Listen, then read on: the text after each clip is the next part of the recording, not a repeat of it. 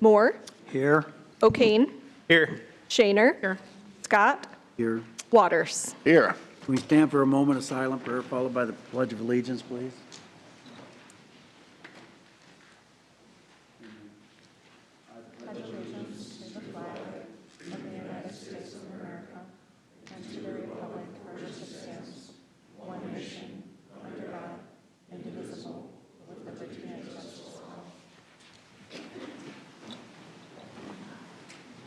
Active Transportation Advisory Committee, Robert DeSmit. Bob, come on up. Tell us why you want to serve. I see you only used one reference, but I suppose that'll do. Good afternoon. I was fortunate enough to be appointed by fine people to the Active Transportation Advisory Committee when it was founded 6 years ago, and then reappointed 3 years ago. And normally, I know there's a 6-year term limit. However, it's been one of the committees that we've had a little bit of trouble filling the number of openings. And being a new committee, it takes a year or more to really get our feet on the ground, figure out exactly what this committee is going to do, working with the council as far as what we can do. We've had some good achievements, I think, one of them being the report and issue website, where people are reporting bicycling and pedestrian type issues. We also, following council direction, have been more aggressive in recommending sidewalk assessments and working with developers and giving our recommendation. We're an advisory committee as far as whether to allow a deferral or not. And some make sense to allow deferrals, others we've said no, and that's been, I think, well accepted. So I think just we have an opportunity in the next 3 years to get this committee just that much more established. Good. Questions? Sounds like a good reason to me, Bob. I'm sorry? This sounds like a good reason to me. Yeah. Yeah, it's an interesting committee. I appreciate all you've done. Yeah, well, thank you. You're a heck of an advocate, Bob. Really appreciate your dedication, very much so. Okay. Appreciate Thank you. Well, thank you. Thanks, Bob. Appreciate it. Today, the consent agenda is item 3 through 14C. You can consider these items to pass unanimously unless a separate roll call vote is requested by a council member. Anyone wishing to speak on an agenda item can come up to the podium at the time the item is being discussed. If you have an item not on the agenda, please come up under citizen concerns. Remember to always state your name. I'll move the consent agenda. Second. 3 is a reading of the December 15th City Council minutes. 4 is a resolution amending the authorized personnel complement, position classification manual, and salary schedule by adding an Art Center Design and Communications Coordinator and reclassifying one full-time Art Center Publication Coordinator to Art Center Design and Communications Coordinator. Mayor. Yep. I just wanted, Todd, if you want to come up, you can. I don't think it's necessarily a question, just a statement that I wanted to offer one last time while I have a microphone and some folks in the room that then I don't have to try to put it all in an email. First off, I would just acknowledge and say that I appreciate you thinking about restructuring and how you can best utilize the staff. I know that there's some retirements happening and then some people, you know, shuffling around or maybe in different positions or things. But I think this title and really the direction of this position is something that's needed in today's day and age, especially when we're looking at some of our larger areas like the Art Center or the library, even Parks and Rec when we're looking at Expo and those things. What I wanted to bring up and what I would implore both Mike, but as well as Teresa and Janelle just to think about and maybe give the council, future council to kind of acknowledge or understand or think through a little bit. I know this is something that just came to me when I was reading this reclassification, so I would just encourage the city to think more holistically about the approach to social media as well as our marketing of things. I think you do a great job, or you have been doing a great job. I know that Miss Mello, I forget her first name, Michelle maybe? Yes. Yeah, there we go, Michelle, has been doing more of this, this type of stuff, and just, I know you've had some others that are helping out, but I think you do a great job advertising and getting the word out about a lot of the things you're doing. But I want to have a very coordinated effort. And I think that with Ann Westra and her position, and then also the addition to the last budget cycle of having that social media position that has been able to assist with different reels and marketing campaigns that was done in the last budget cycle as a part-time position. I think that the future is going to demand that we coordinate better with that and make sure that people such as this position in your area, as well as the museum and the library, that those individuals coordinate and work together. I don't necessarily think that Ann needs to be the director of, said area. And I don't think she needs to necessarily be the boss or, a complimentary supervisor of those individuals, but only her expertise, I think, will be able to give you the best feedback of how you're doing with your reach on social media and your marketing and things like that, and maybe feedback on what could be done in the future. But I think having regular meetings with Ann to talk about what is going out on our communications as the city, in addition to what you're doing at the Art Center and the library, et cetera, all those departments, even PD and Fire, they're increasing their social media and marketing presence. I think coordinating that in the future is something that would really be worth looking into and having regular standing meetings or just a more collaborative nature, so we're all sharing each other's content and pointing people in the right direction. So, no question, buddy. I just wanted to say thank you for doing this. You're doing a great job, but I just think thinking holistically and working with Ann in that department, I think will be important. Very good, thank you. Excellent, thanks, Todd. 5 is a resolution adopting and levying final schedule of assessments for the 2024 Sidewalk Assessment Program project. 6 is a resolution amending Resolution 2023-0471, establishing the wastewater treatment plant reconstruction and design advisory committee by extending the term expiration date of the committee and its members to June 30th of 2026. 7 are actions relating to grants. A is a resolution approving submission of the IEDA High Quality Jobs application for Sioux Honey Association, the property at 301 South Lewis Boulevard. B is a resolution scheduling a hearing on the proposed amendment number 3 to the amended and restated Donner Park Urban Renewal Plan for the Donner Park Urban Renewal Project area, the property at 2501 Expedition Court. 8 are act. Mayor? Yes. I just want to thank the economic development people and their team for working very hard on this project for Sioux Honey. It's really moving forward, and it's coming together in just a great way. So thanks to the Economic Development Department and team, and Marty Doherty, Renee Billings. You want to come up and talk about it at all, Marty? Thank them. That's all I wanted to do. It's a major step, Marty. It is a major step because they had other options. Thank you very much for the kind words. Yes, as you know, and the council's been involved too. We've worked for a long time on this project. It was competitive. They did look at other locations.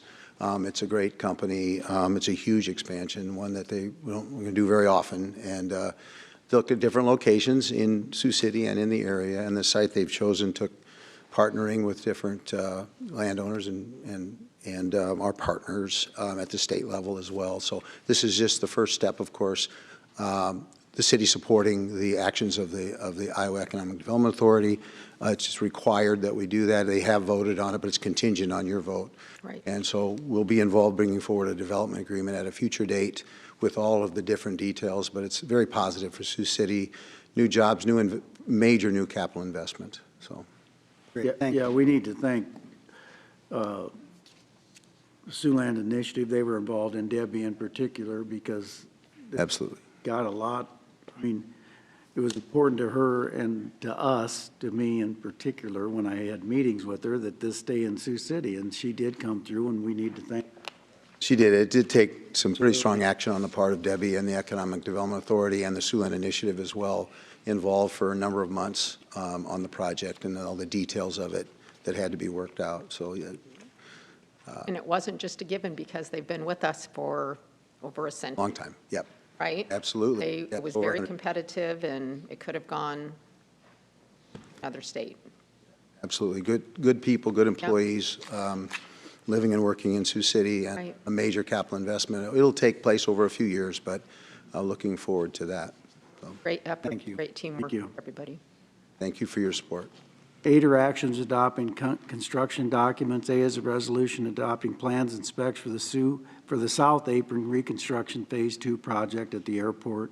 B is a resolution adopting plans and specs for the police department storage facility project.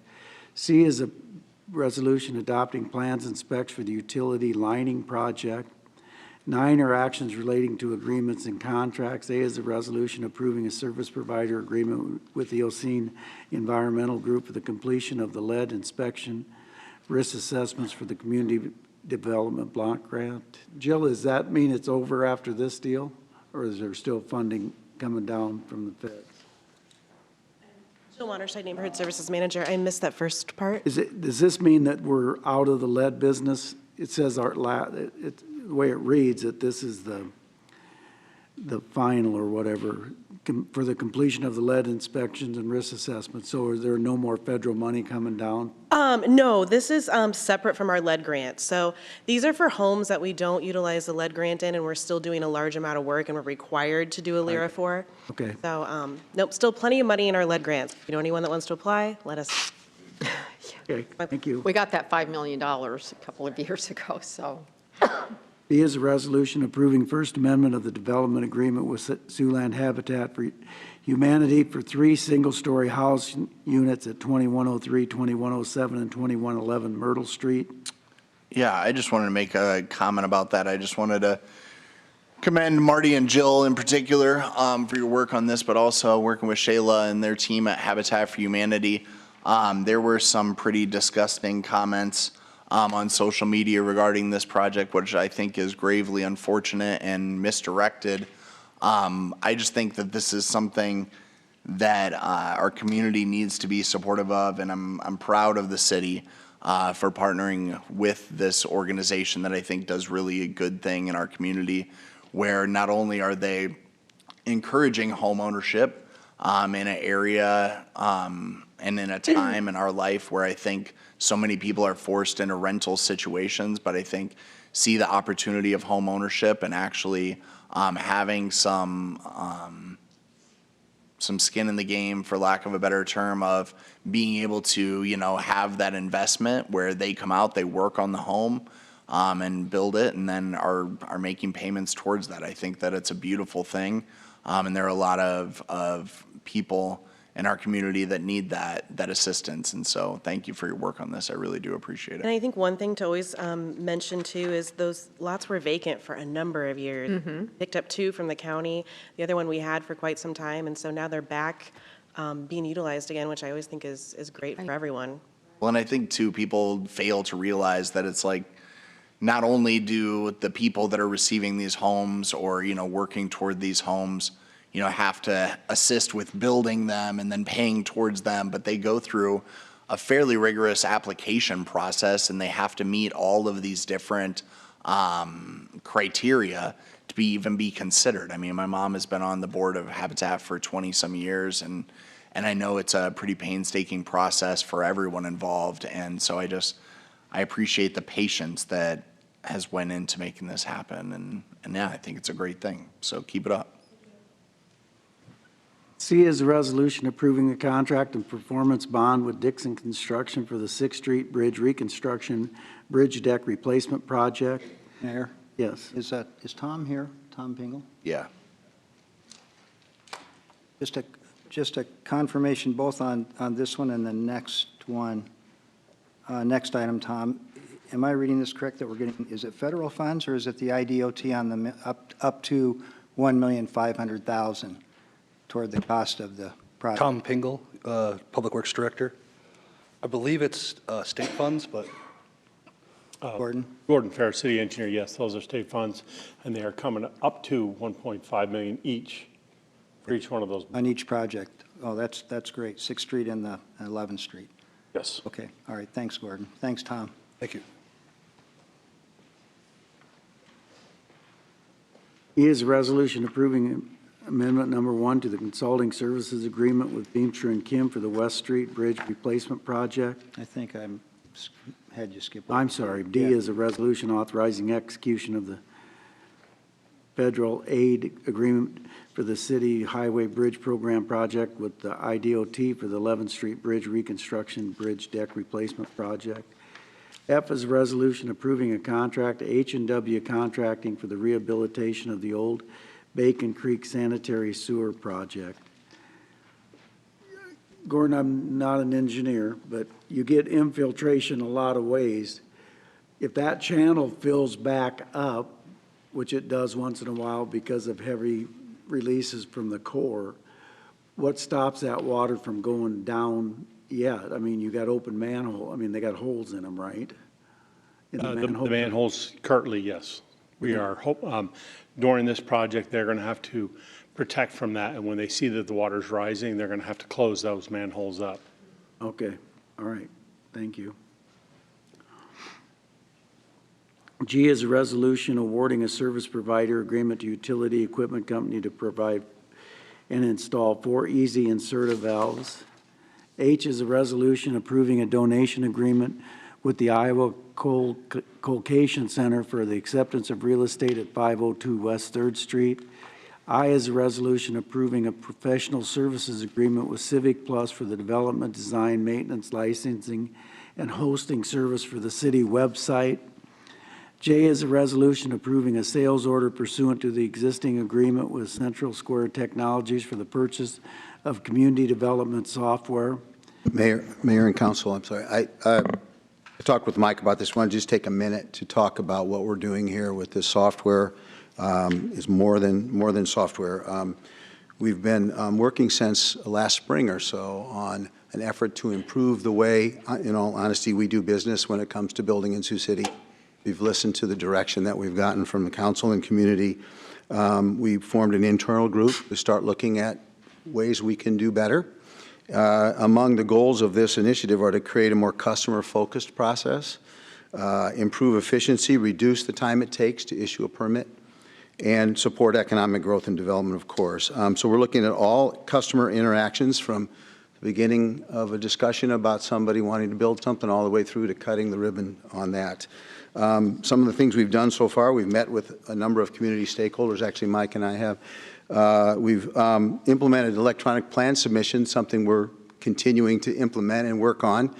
So eventually, you won't have to submit plans on paper, but you'll submit electronically. You can do that now, but we want to move more in that direction. We've actually making some changes to the layout of the community development office spaces. And then we took a hard look at the technology that we've been using and decided to go ahead to increase the online capabilities of the city. So we are recommending today the purchase of this software, and actually the training and implementation is more than the actual software. But what this will enable us to do is for citizens and contractors to submit permit applications online, make the payments online, upload any documents they need, look at their permit status, look at the inspection history. They'll be able to schedule inspections online, and on the staff level, be able to track those, work better together between departments. I'm not going to sit here and tell you that software is the answer to better customer service. It's just one component of it, but we've identified that as a key component. And we'll continue to work on all of the other things, the customer service, training, working to get better as a team, better communication. And we've also been asked by some folks, including some new council members coming in, to continue to work with stakeholders, and we will do that. We will meet with additional contractors and business owners and so on as we move along. The software itself will take 2 to 6 months to purchase, implement, and train the people. I wish it was faster. I hope it will be faster, but that's what I'm told by the folks that understand this. So the good part about using this particular software, there are a lot of other products out there, but this is one that we can integrate the payment part of this. We worked with IT, we worked with finance and city manager to make sure that that'll be a seamless process, and along with integrating the data. So anyway, I just wanted to touch on that for a minute and talk about what the intent of this is. Marty, have we worked with Central Square before? Yeah, Yeah, I thought- that's really HCE is Central Square now, That's so what, that's, yeah, that's what I thought, okay. All right, thank you. more importantly, our IT folks have. Yeah. And finance departments. Absolutely. Marty, I would just, were you done? I didn't want. I just wanted to thank Marty. I just want to commend you and thank you and all that were involved for this. I mean, these are initiatives, these are things where I think it's been a long time coming. I know that we've heard from the community and developers in the area that they're hungry for this type of thing, and we need to do everything that we can to streamline the process, make it easier to track. I think that all those things have such a big component for customer service, and so, but I also know how difficult change can be, and oftentimes if we don't push ourselves to be better and think outside the box and try new things to make things better. I mean, you look at whether it's the CRM platform that you're going to be implementing for retention and recruitment, but also then I think for this of streamlining developers that are here, I truly hope that it's a beneficial system, and I hope it will take a little while to get up to speed, but hey, we've made it this far without it. The days are numbered now that we won't have it, so that's a good thing. It's a good thing. Thank you. A is a resolution approving a First Amendment to Development and Minimum Assessment Agreement with the Badgerell owner to increase the property's minimum assessment property at 622 4th Street. Mayor and Council, Chris Myers, Business Development Coordinator. Councilman Moore pointed out over the weekend that there was an error in the amendment to the development agreement. Paragraph 3 has an incorrect number. It is correct in the parentheses, but when it is written out, it was incorrect. So we've changed that to be consistent throughout the entire agreement. I've forwarded it to the developer, and they are all fine with that. And the corrected version is with the clerk for signature. Thanks, Chris. 10 are actions authorizing payments. A is a resolution approving a change orders number 2 and 4 and authorizing payment to Van Hoff Concrete for the Cone Park Destination Patio Project. B is resolution approving fund transfers for November. C is a motion approving the list of claims, total expenses, and receipts for November. 11 are actions relating to property. A is a resolution inviting proposals for the sale of land in the combined Floyd River urban renewal area, announcing the intent to accept the proposal of MD Southern and Steve Gordon and Bethany Manning Trust and scheduling a hearing, Lot 3, Northern Valley Crossing, third filing. B is a resolution approving a warranty deed from Auditorium Shopping Area for the properties 101, 100, 112, and 124 Pierce Street and authorizing payment. C is a resolution accepting the assignment of a lease agreement between Auditorium Shopping Area and the Walgreens Company for 100 Pierce Street. D is a resolution accepting the assignment of the lease agreement between Auditorium Shopping Area and the Cave Enterprises operation at 90 Pierce Street. 12 are Mayor, back on those items, did the environmental reports that we received, was the environmental study that was done, was that pretty in detail, several locations? It was. I think in the Phase 2, we went Checked through into? several locations that were tested, yes. On the Yes, environmental. They did phase soil two? borings as Yeah. part of the Phase 2 environmental, and it came back. But several? Yeah, they found some things in the first foot or so as expected from old rail use and so on, but nothing significant, nothing that rose to the level of the DNR standards. Okay, thank you. Thanks, Mayor. 12A. 12, purchasing. A is a resolution awarding purchase order to Bob Brown Chevrolet for a Chevrolet Express van. B is a resolution awarding a purchase order to General Traffic Controls for 3 P44 traffic signal cabinets. 13 are applications for alcohol licenses. 14 are boards and commissions and committee minutes.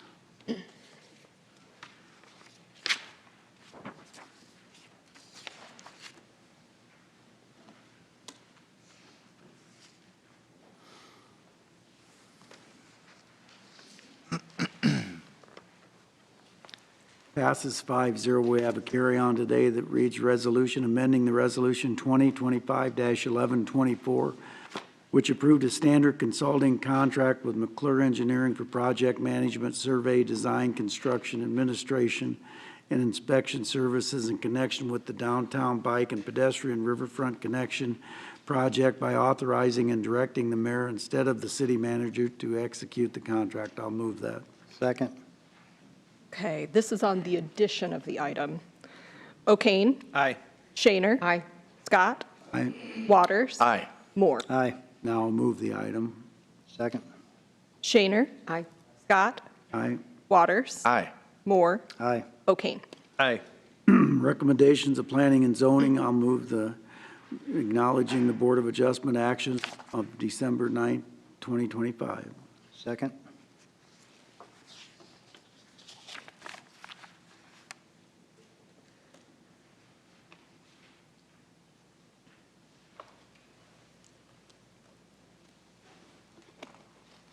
Passes 5-0. 16 is a hearing and resolution approving plans and specs for the 8th Street reconstruction project, the Douglas Street to Jackson Street. I'll move that. Second. Public hearing's now open. Anyone to be heard? Seeing none, the hearing is closed.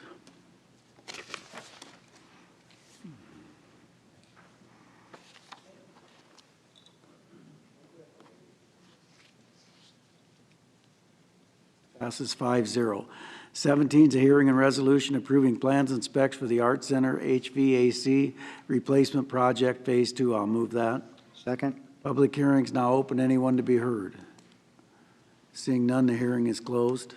Can I ask a question before we vote? Yeah. Just something simple, Todd. You said no. It's just something simple. I know it's something they're struggling with. I just want to know, is Phase 2 the end of it, or is there a 3? Oh, Stan? there's 2. Dan, well, I know that this Phase 2 is important for all the humidity that's Right. been, right, putting the artwork at risk and things like that. Is there a phase 3? Or- There will be for the smoke evac system. Okay, but this is going to take care of any problems with Temperature and humidity. temperature and humidity, so that when the artwork's in there, nothing's going to be damaged, et cetera. Right. Okay, but there is a Phase 3. That's what I thought you might have said that sometime. Okay. More to come. Thank you. Santa Fe Facilities Maintenance Manager.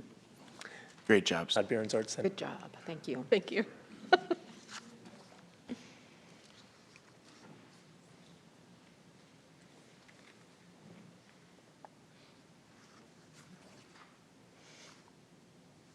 Passes 5-0. 18 is a hearing and resolution accepting the proposal of Todd Gottfredson for the lease of land in the Donner Park Urban Renewal Area, the property located at 2271 Allison. I'll move that. Second. Public hearing's now open. Anyone to be heard? Seeing none, the hearing is closed.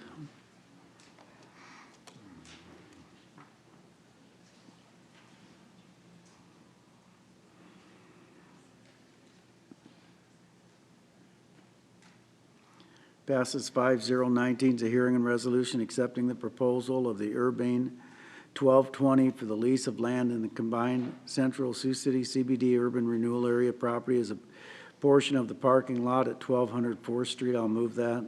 Second. Public hearing's now open. Anyone to be heard? Seeing none, the hearing is closed. Renee, the only thing I would say just on this item in particular, obviously I'm in support of that. However, I would ask and implore you to stay on top of working with that property on finding a more long-term solution for their tenants and the guests and things like that. I think sometimes, they'll have this, what is it, a year, right? They have a year, I think, or something like that. And so it's something where you can get a little comfortable with that and not be as proactive as you probably need to be, because as soon as the Innovation Center is up and going and parking spots are at a premium, you're going to have people that are frustrated on both sides possibly. And so I think just clear expectations and staying on them about developing those long-term solutions, I think will be good. 19 passed 5-0. 20 is a resolution authorizing and approving a development agreement with Lieber Heights, the property at 2319 41st Street and 2605 and a half 41st Street. Somebody will need to move that. I'll move that. Second? Anyone to be heard? Mayor and council, if I could, I would like to do a brief presentation about the project, give you an overview of the project and also the proposed city assistance for the project. If we can get the PowerPoint pulled up. But as all of you know, there is a huge need in our community for housing. And this project takes a look and provides a different approach to housing on greenfield sites than we've done before in the past. So we wanted to kind of walk through that with you, especially with the rising cost of constructions and building materials and the hilly topography of Sioux City. We're thinking this may be a new normal going forward. So we just wanted to walk through it real quick with you. But as you know, Lieber Heights is looking to be a new north side residential development. The map there we'll talk through in detail as we go through here shortly. But overall, the entire development encompasses about 48 acres. There will be 114 lots on which 156 residential units can be constructed.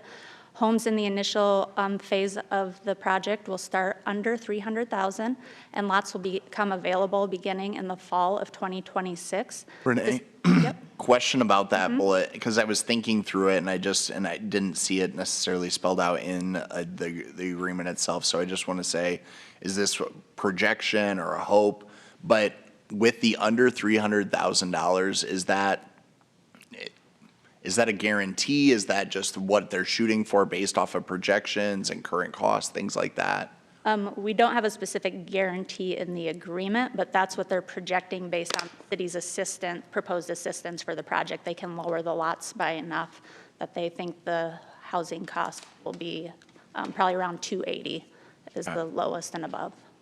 And that's what I'm hoping as well. And in my conversations with the developer, I know we talked about creative solutions to do anything to drive that cost down, and look for creative ways to do so. I want to make sure that we're, being as directive as we can of just encouraging that, because I think that's what the overall intent, at least with me, of what I'm really hoping for is some more affordable options if we call. I mean, it's kind of the new normal now of what's affordable, but it's We tough. call it workforce housing. Workforce housing.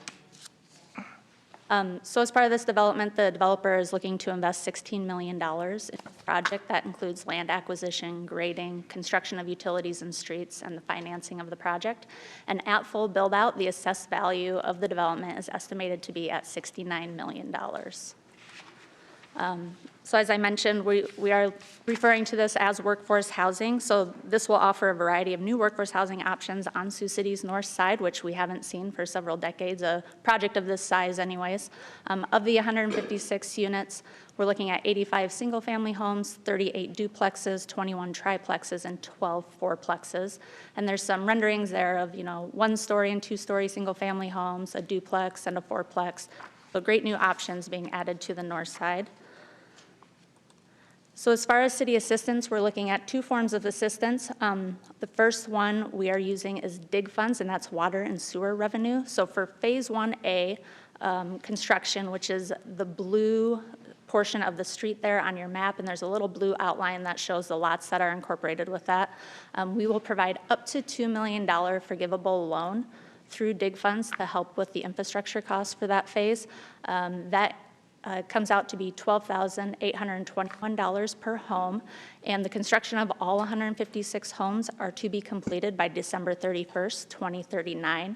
And any homes that are not, any of the total 156 that are not completed, the developer will repay the city $12,821 per home. And Renee, can we just verify the source of our DIG funds? Yes, water Coming and from sewer revenue. property taxes, right? Correct. Yep. And then looking at Phase 1B, that is a purple portion of the street on the map there. Construction is expected to begin in 2027, and the city will offer up to $1 million loan through DIG funds again, but this will not be a forgivable loan. This will be repaid by the developer through lot sales. So $20,000 of each lot sold will be repaid to the developer until the $1 million is repaid. And then moving to Phase 2 construction, which is expected to begin in 2028. That's a green portion on the map there. Again, we would offer up to $1 million loan through DIG funds. Again, not forgivable. This would be repaid through lot sales as well. Again, another $20,000 per lot until the $1 million is repaid. And then Phase 3 construction, which is the brown portion on the map there, construction is expected to begin in 2029, and the city does not have any additional loan funds proposed for that phase. Construction, per the agreement, construction of all infrastructure will be completed by December 31st, 2032, and the developer will be required to bid all utility and street improvements. And then the next form of assistance we're looking at using is TIF funds, or tax increment financing, versus urban revite. For previous housing developments, we've mostly used the urban revite, which is a tax abatement to the homeowner that purchases the home. For this one, we're looking at using tax increment financing, which captures the new taxes created by the residential development for a 10-year period, and those funds will be put back into the infrastructure to help pay for the infrastructure within the development. Which is kind of a different way and something that current developers might not be as familiar with the way we're going about this. And so when you're trying to compare developments, it's a little challenging to understand that, but this is the urban revite going back to that homeowner that actually is in that property and what they're saving or being able to capture there, versus the tax increment financing, or TIF, and being able to utilize that, capture those funds and put it back into infrastructure to help pay for basically the roads, the sewer, everything that's going into that. Yes, communities across Iowa are starting to look at doing this. It's kind of a new innovative approach, but in order to get housing developed, a lot of communities are looking at doing this. And just so you know, like, this is new money that the city currently is not receiving. So if this project does not move forward, we don't receive these funds. So it is capturing of the new taxes. But under the agreement, the TIF period would be January 1, 2030 through December 31st of 2039. And then the taxes paid before and after the TIF period will go into the city's general fund. So there will be some funds that go to the city before and after this TIF period. So under the agreement, 80% of the taxes generated during the TIF period will assist with infrastructure costs within the development. This number is not to exceed $9 million in TIF assistance. And then the other 20% of the taxes generated during the TIF period will go towards low to moderate income housing projects anywhere in the city. This is estimated at $2.59 million. So this is a kind of a bucket of money that we haven't had created through any other housing projects. It's under TIF law, we have to do this, so it'll give us another revenue source to use towards low to moderate income housing that can be used anywhere in the city. It doesn't have to be in this development or even in this TIF district. So it'll be a good addition to have some funds to do additional housing there. Which could be infill, it could be assistance for different projects, could be all different Correct. kinds of things. Yep, so it's generating $16,600 per house in this development is being put towards low to moderate income. So that's a large dollar amount. And then the caveat here is the homeowners will not qualify for residential urban revite tax abatement, which is something that in the other housing developments they would qualify for. Since we're using TIF for the infrastructure, we also can't rebate the taxes to the homeowners, so homeowners that purchase a home in this development will not qualify for the urban revite. By the state, right? Correct, yep. But the advantage of doing so, just to be clear too, the advantage of doing so, even though you might hear that and say, oh, well, then I'm not going to have the urban revite, the tax abatement. The advantage of doing so is you actually save that money on the front end because it's a lower cost for the lot, for the house, because otherwise then you would be capturing it and giving it back to the homeowner. We're just giving it to them ahead of time. Right, correct, yep, it's not over a 10-year period, it's upfront, kind of. And then just a few other key points to note on. So the TIF is generated by the new homes being constructed.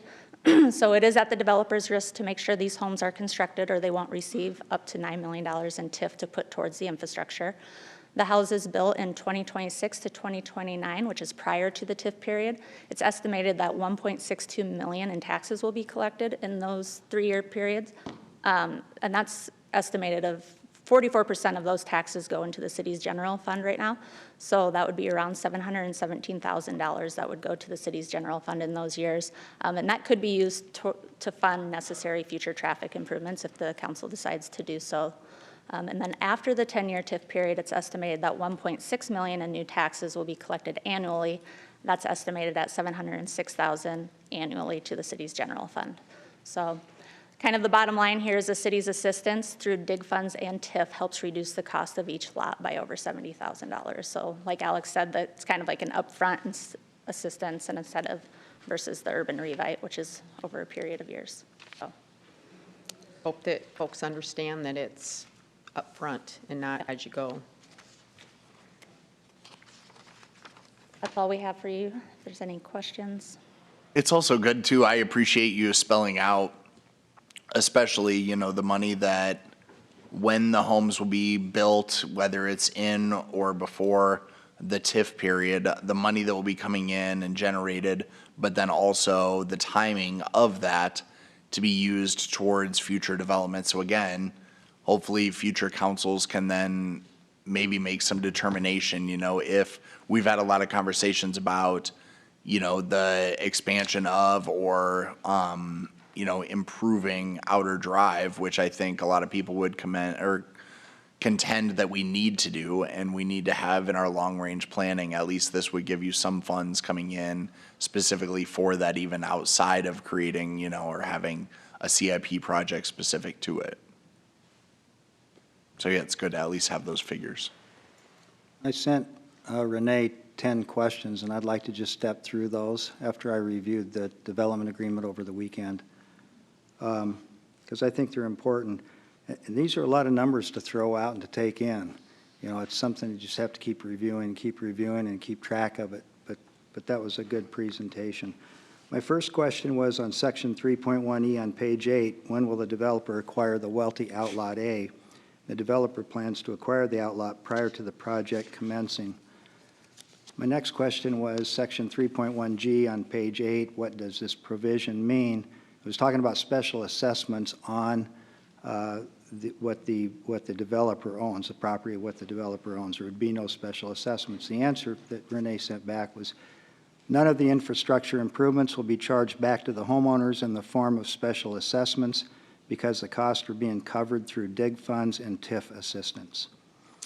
My third question, Section 4.6 on page 11, do we have a copy of the 3-year maintenance bond for Phase 1?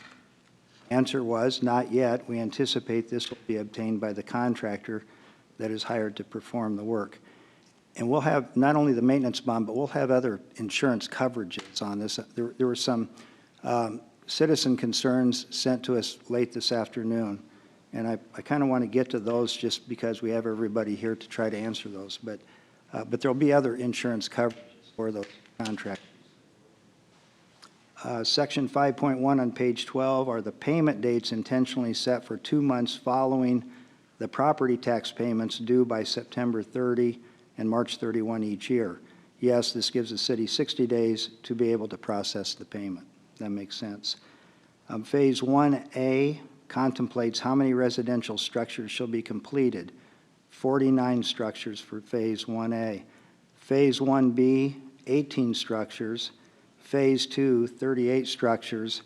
And Phase 3, 51 residential structures that would be completed under those phases. The next question was, following Section 6.1L on page 21, should there be a subsection for the Phase 3 economic development loan? The answer was there is no loan associated with Phase 3, therefore there is no subsection for it. But it does talk about, we will have 51 additional residential structures built during Phase 3. Okay. Section 7.1F is missing. Oh, they've taken care of that. Section 11.11 on page 29 states the agreement will terminate on December 31, 2041.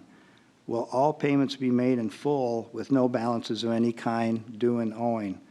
And the answer is yes. As the agreement stands, the last payment date is June 1, 2041. So it'll all be paid in full if things go as planned, but along the way, we have the development agreement itself is flexible enough for if something does go wrong, we will be able to address that. As far as the numbers of houses that will be constructed, correct? Yes. Yeah, if that's not fulfilled, we've got, yeah, that's built in there. Okay. The next one was just double checking the signature blocks. And then the last comment I made, it wasn't a question to Renee, but it was a comment. I said I was happy to see references in the agreement to restrictive covenants being adopted. These will be important, especially for home buyers being made aware of the farmland and its operations adjacent to this development.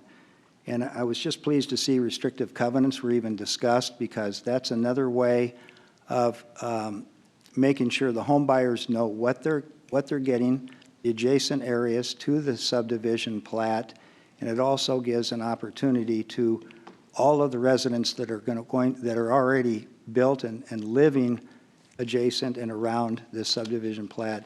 It'll give them some protection as well. But those are kind of off and a little bit into the future, not too far, but a little bit. So I was glad to see the restrictive covenants were added.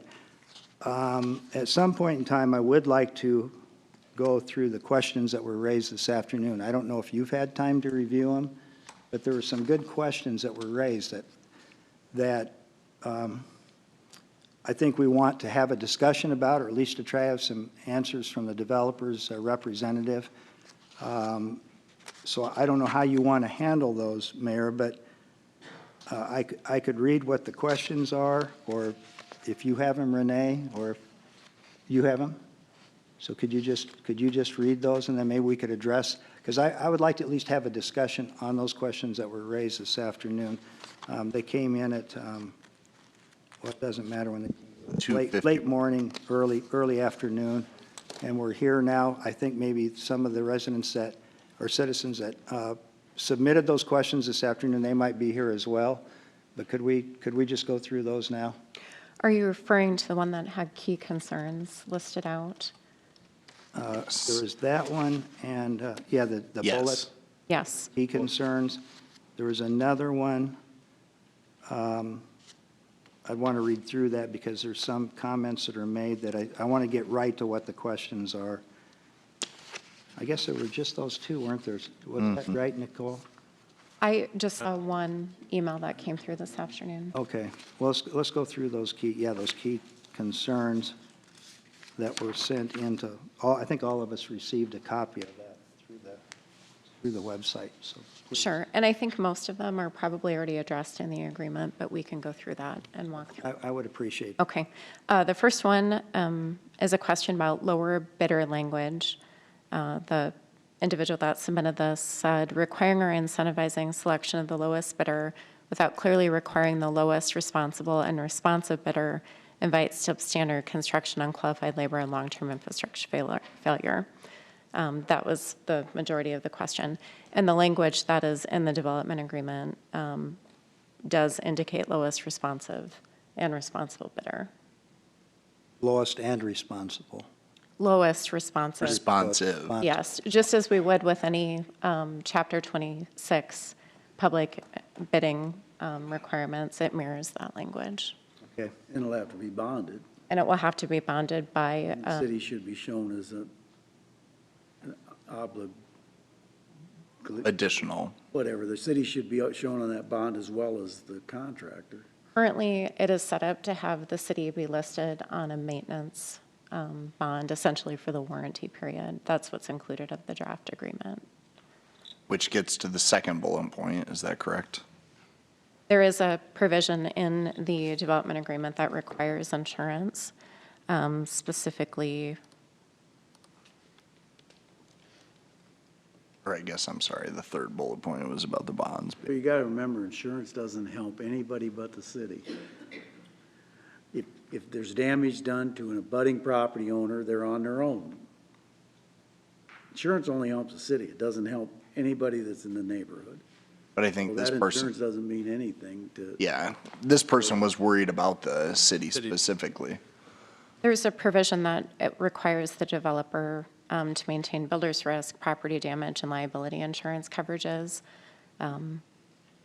covering the minimum improvements, and basically in a certificate that will satisfy the city. And then there was a concern regarding workers' compensation insurance, which is a state requirement.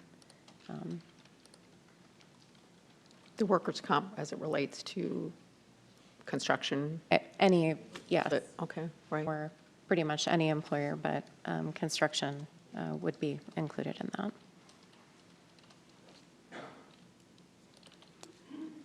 So do I understand, I want to ask a question. Do I understand then these houses are not going to have to pay a water and sewer hookup like the rest of the world has to pay? We don't have in there that they will not pay that, I guess. That hasn't hasn't been discussed. waived in the Okay. language. Because he said something about not having to pay any water and sewer hookups, and I want to make sure that's not true. Okay, Well, you think I said that? something to that effect, and that's why I'm asking for clarifications. That wasn't waived. Performance and payment bonds, there is like I said, a bond to cover the warranty. Additionally, the city would not accept the utilities and the minimum improvements until, we're to a point where it's been inspected and deemed to be appropriate to accept it. The erosion, runoff, and stormwater damage, there are documents attached to the development agreement, which require stormwater maintenance and detention. Cooperation with that, the developer would have to sign off on that to ensure that the stormwater is adequately captured. When is that done? It says erosion, runoff, and stormwater damage. Large developments routinely cause severe soil erosion, sediment runoff, flooded ditches, blocked culverts, and damage to neighboring properties. Is that when the houses are constructed? Or when, or the, Time, you got to, or when the depending on the streets? size, but you got to, they'll have to silt fence that whole project to start. Well, there'll be required permitting, and I'm not sure if there's anyone from Environmental Services that would be here to comment on that, but I would imagine, I don't want to speak out of turn, but the erosion control permitting that's required on any project would be enforced. That's through the Iowa's Clean Water Act. Yes. Have to have the silt fencing and some of that straw, barrier, all that. Right. There's general provisions in the development agreement that they have to follow local, state, and federal laws. And ERA would work with Yes. compliance. And do we have the full indemnification in the agreement? There's full indemnification, and then there's also post-construction stormwater management plan, maintenance agreement, and an easement. That's an attached exhibit to the development agreement as well. Okay. And then the next bullet. I'm not sure that I entirely understand this question. It indicates city exposure despite loans-only framing. While the agreement protects loan repayment on paper, it leaves the city exposed operationally, environmentally, and legally if construction quality, safety, or erosion controls fail. There's indemnification in the agreement and contractual obligations to the city. I thought those were good points that were raised by that person. So if I experience mud on my property, which I hope I don't get that far down, but in the event I did, you're telling me the city's going to protect me? No way. I'm on my own. Well, the city would enforce, and perhaps Tom can come further on this on the environmental piece, but we do, it's complaint-driven and proactively, inspected. But you don't go in and take care of the property owner. You just get them out there to fix what broke down, but that property owner's on their own. If it's a civil matter, yes. Yeah, that's what happens. It becomes a civil matter. Which makes sense. If there's something that's happening that's causing that to occur, then the developer would be responsible for mitigating that, or at least stopping the builder for stopping that from continuing to occur. And then depending on the level of that, if they wanted to seek any civil recourse, they could. And the developer is here, and the developer's attorney as well, if there's anything that you feel that I've misstated regarding the terms of the agreement. Okay, thank you. Okay, thank you.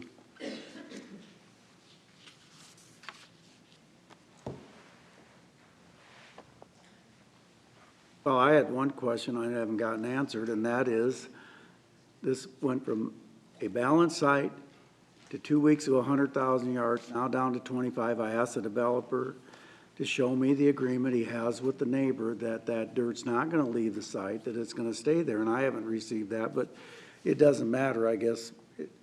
We're not going to be able to control it anyway, but if you actually made a deal with Bill Hansen, I don't know what the big secret is that you don't just let us know what that is. I think one of the biggest concerns for the neighbors is the number of yards of dirt that could be taken on this site and by our houses, day and night, that nobody wants to address. I don't understand why that is. I just don't get it.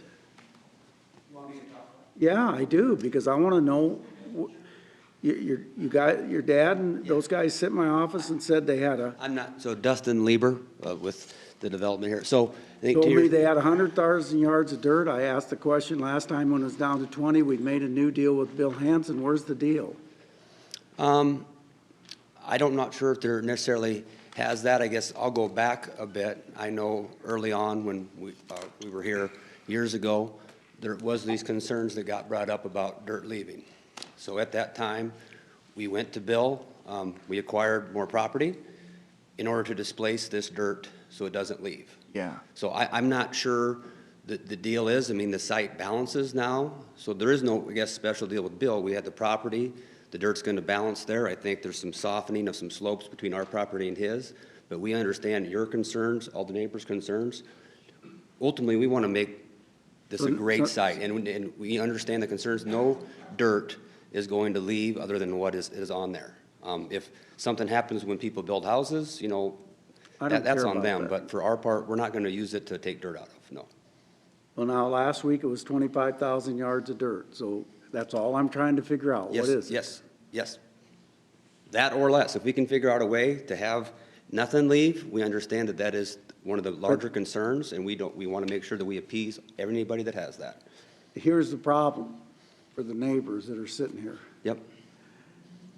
We have no way of, once that dirt gets hauled, we can't stop it. You can tell me it's only gonna be 25,000, but no disrespect. Yep. Dirt movers make money by moving dirt. Sometimes it's saving. I mean, we don't make anything with them. There's other people that have that. Dirt's really not, you have it to use. It doesn't necessarily have a value. And I'm actually really glad you brought that up with the neighbors, because I'm just asking here this to all you, anybody that would be against this. The reason that you have houses and that you have this is at some point somebody took the initiative to design development to put houses in, and we wouldn't be in this wonderful city. I mean, I live here. I wouldn't be in my house if somebody didn't do a development so that people could live here. And we just really want to try to create that. But Mayor, you're asking, so if you go beyond that amount that you're quoting now, How will we ever know? That's the problem until the trucks just keep rolling and rolling and rolling. I think that's a very valid point. That could be said for any project. I know, and there's no way to control it once this thing gets approved. So, but what you do is you have a thing that's set and you do it. Like, again, how would you know any other development that was done? I mean, there's been other developments that were done that said there was dirt that leaved. Was there any validation that amount of dirt was there? There was never this much dirt on anything since I've been here. I think it's no different when people sign an agreement that you put your name as a word, and we understand the concerns, and we are not looking for this site to remove dirt from, or look at this site for its purpose of a housing development. Dustin, I appreciate you jogging my memory, to tell you the truth, because I remember when you all were here initially. Yep. And talking about removing that much dirt and how that was a big concern. And now I do recall that you all went out and purchased more land so that you wouldn't have to do that. Yes. So that it wouldn't have to leave, and so that it would balance out and you could keep it on the site a little bit more, and it wouldn't be those. So I appreciate that reminder. My question would be, I think I get where the mayor is saying, that, look, trust is difficult. People lie to us at that podium far more than I wish they did. But what I would ask is, I got to imagine, I mean, you're surveying and you're looking at the angles of that and estimating, and you're going to know how many trucks, is there any type of update you can give us? Because my thing is, and the mayor would know, or Renee, is, look, if you're getting close to that number and you say, this is where we're at, this is what we're anticipating, and then we work with you at least to be kept updated on those things. That's the concern, is we just don't want it to get out of hand to where it goes from 25 to a number of 75. And then the mayor's up here saying, I told you that this would happen. I think that they just want to have that. And I know that, you all do your due diligence. This is what you do. And what I mean by that is you know the angles of the topography that it needs to be and what's going to be developable and what isn't. And so is there any way to kind of estimate or know that as you're going rather than just we look back and say, hey, you hit the mark, that's awesome, or no, the mayor was right? In my experiences with the engineering firm we've hired to do this project, they are very accurate, extremely accurate. So it is going to be. Engineered for that. Okay, but here's the problem. Again, I sat in my office, they told me they had 100,000 yards of dirt after we were told it was balanced. Not even a week later, last week, we found out it was only 25,000 because supposedly you made another deal with Bill Hansen, not your original deal, another deal with Bill Hansen just recently. I just want to see that agreement to make sure there's an agreement.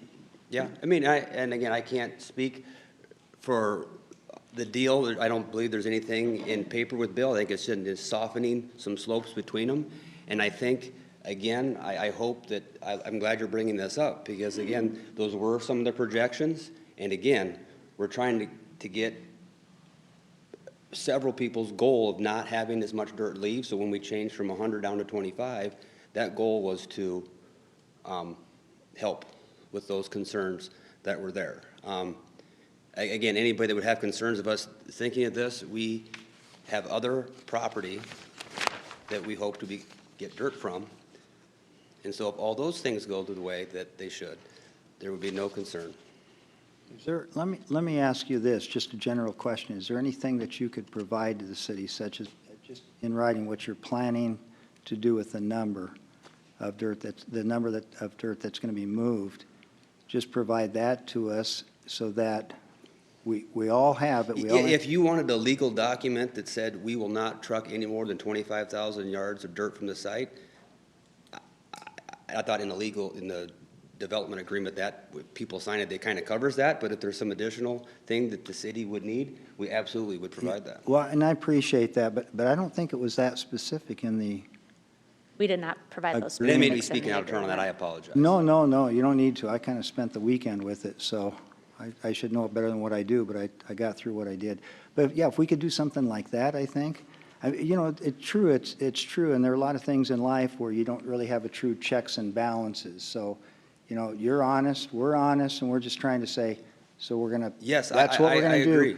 But there's no way to really check it. I think that's. Again, if there's something that we can provide, I don't want to. Isn't the engineering, though? Mr. Callahan will come up with something for us, I think, because I did have one very important other point I wanted to raise, so I don't want to leave this, but I don't want to forget the other important point I had. Ryan Callahan, 1270 South Derby Lane, CEC. I didn't hear what the question was, Well, I'm sorry. the question is there any way that we could get something, a legal document or a certificate or something that would represent that that's the number of, is it put in yards? Number of yards and that would be moved, the 25,000. So that I think realizing that this is 60% design, and by the time it gets to 100%, I think that is not an unreasonable request from you. Okay. That something can be due, 'cause as he said, we model this on the computer, and, it's close. I mean, is it down to the nearest bucket? No. But is it within the nearest few hundred yards? Yes. And I believe that that is something that could be provided in writing. I would defer to Renee and the attorneys as far as how the development agreement looks, but absolutely as far as plan sets. That would be available when you're at more 90. Correct. We're at 60% design right now. It's in review by engineering. I think that would be helpful, and I appreciate your attitude about this because, and Dustin, it's just a, there's a trust level here, and we're being honest with each other, but then we just want documentation to back that up. That's why we have a development agreement. Absolutely. So, so I'm glad you didn't take any offense on that.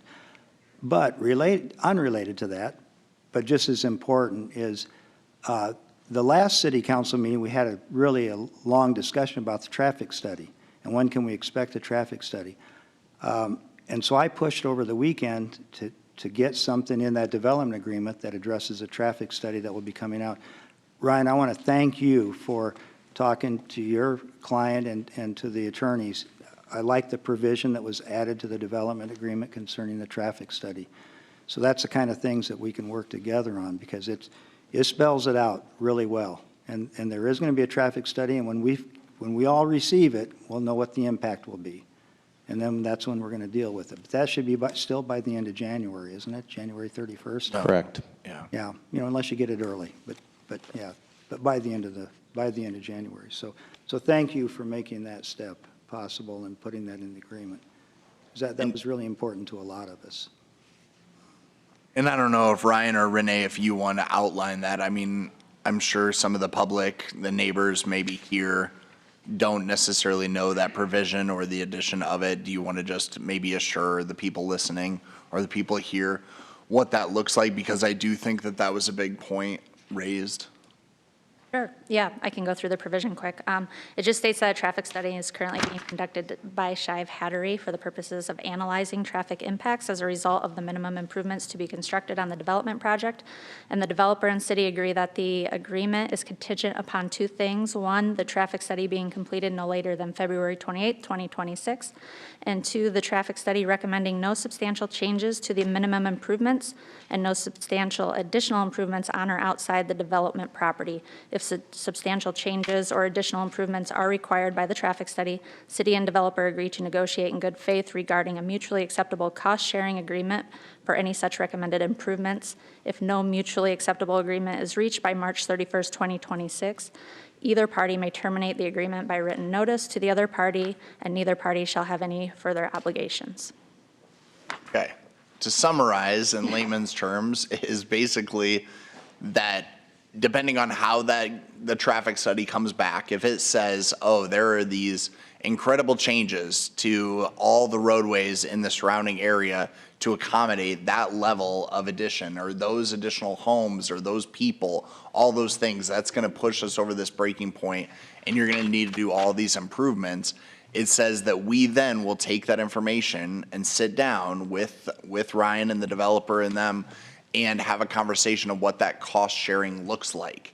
Because we both will have to enter into that agreement saying that we both agree that this is a project worth pursuing and this is the agreement that we're going to be able to reach to share that cost and those improvements.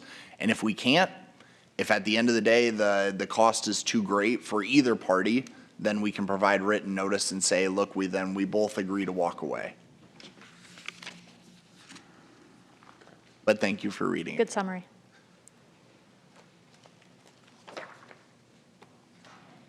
Thanks, Renee. Thank you, Dustin. Thank you, Renee. Thanks, Ryan.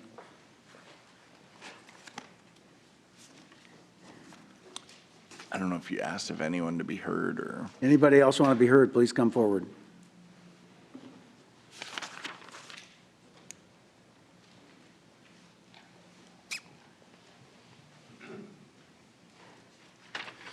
David Raymond. Most of my questions were answered by that presentation, so thank you for that. But, and I didn't think we were going to get into this much detail about the development itself. I thought this was just the agreement. But that language about the traffic study, when you're talking about substantial changes, would a four-way stop at my corner, I'm the northeast corner of 41st and Indian Hills, would a four-way stop at that corner be a substantial change or not? Because if you're going to put a four-way stop at my corner, I'm out. I'm already leaning that I need to move in the next couple of years.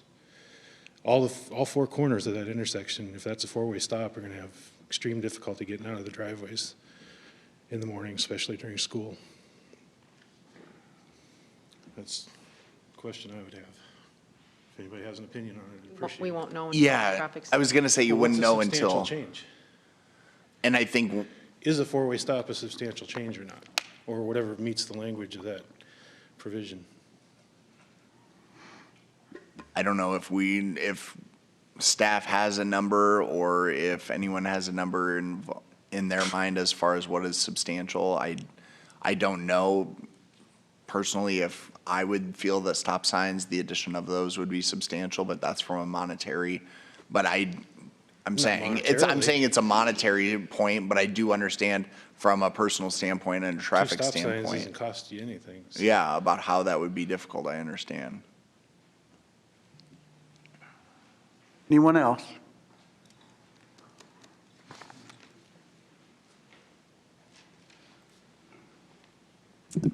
Hello, Tina Hall. I have adjacent property. I guess one of the concerns I have about are similar to what Dave just mentioned, that it's sort of this rolling plan of if it was going to be done in 10 years, now it's going to be done in 15 years, phase 3. If the houses aren't done, then it's just going to stand there with the hill cut. I'm still requesting that you request a 20-foot or minimum or 50-foot buffer for the top of the hill. One of the reasons is you talk about insurance doesn't cover any of the landowners, and if there are houses built there and my hill, when it slides down, parts of it slide down into somebody's yard, who's responsible for fixing that? Sounds like I am.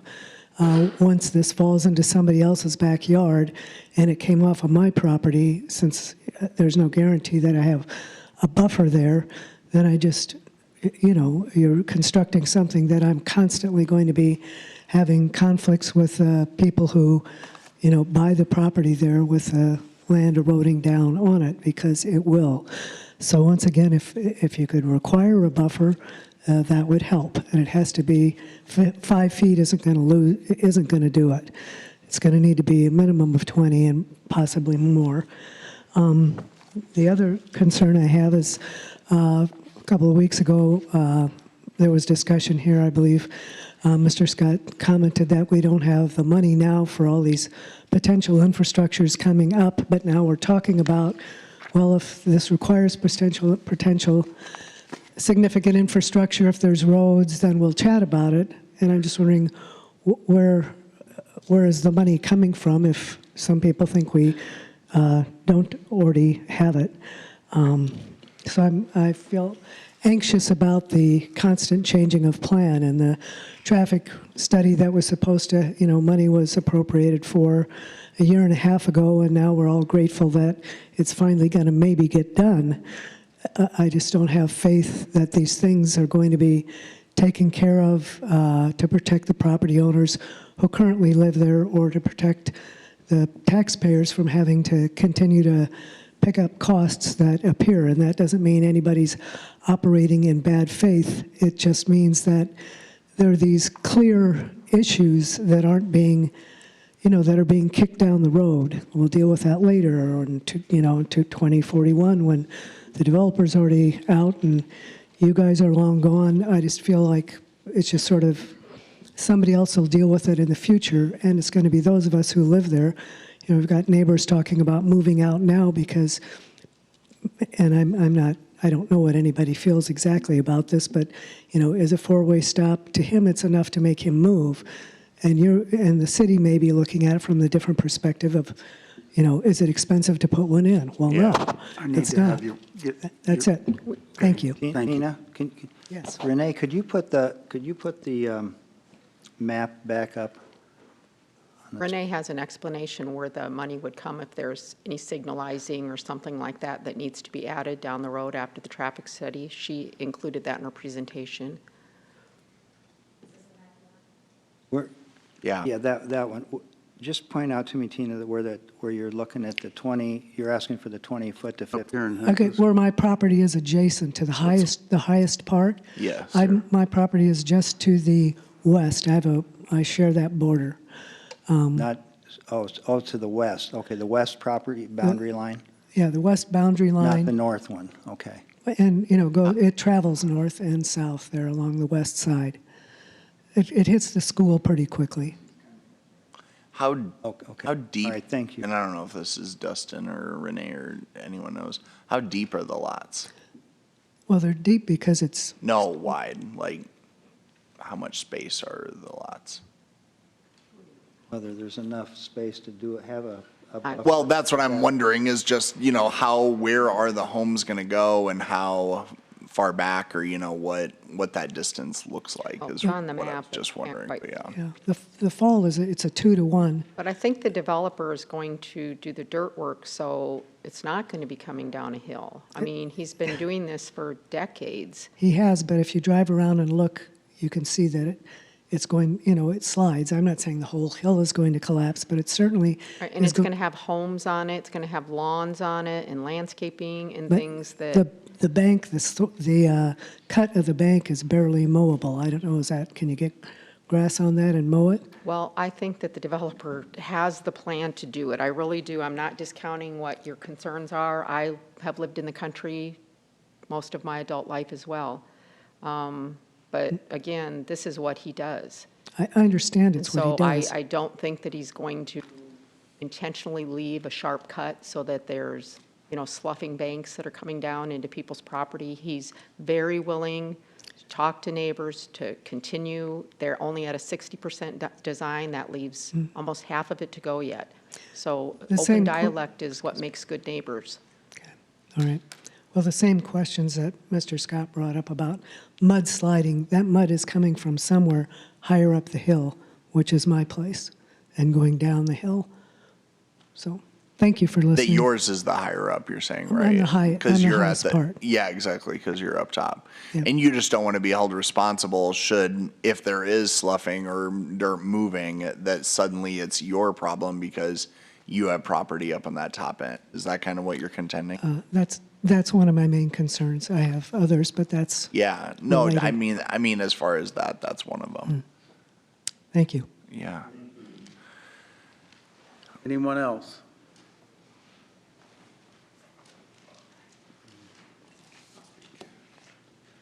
Brett Watchorn, 1407 something over in Rebecca.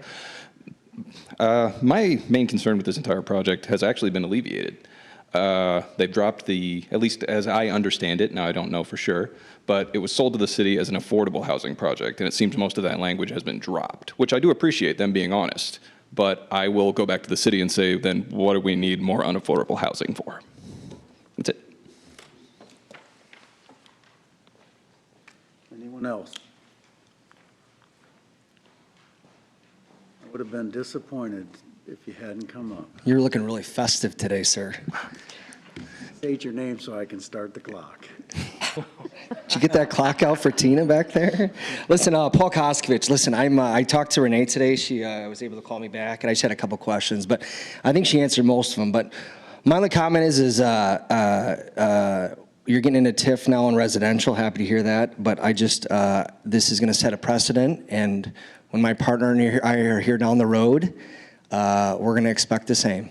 So I think this site is, it's got some real topography issues.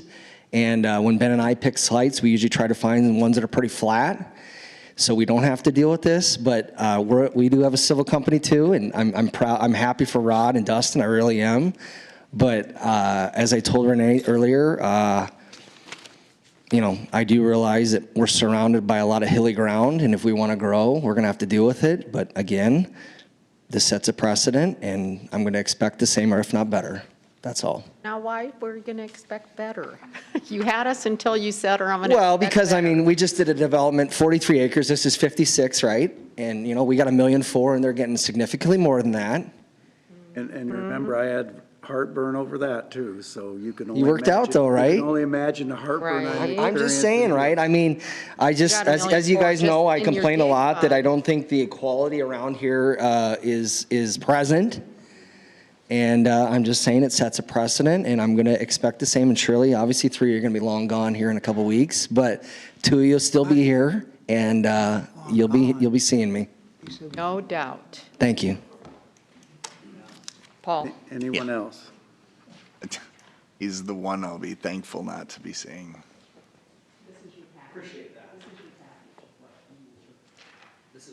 That's what you were helped with on your All right. Elk Creek. Somebody else? Anyone else? You're leaving out the road. You're leaving out the road. Anyone else?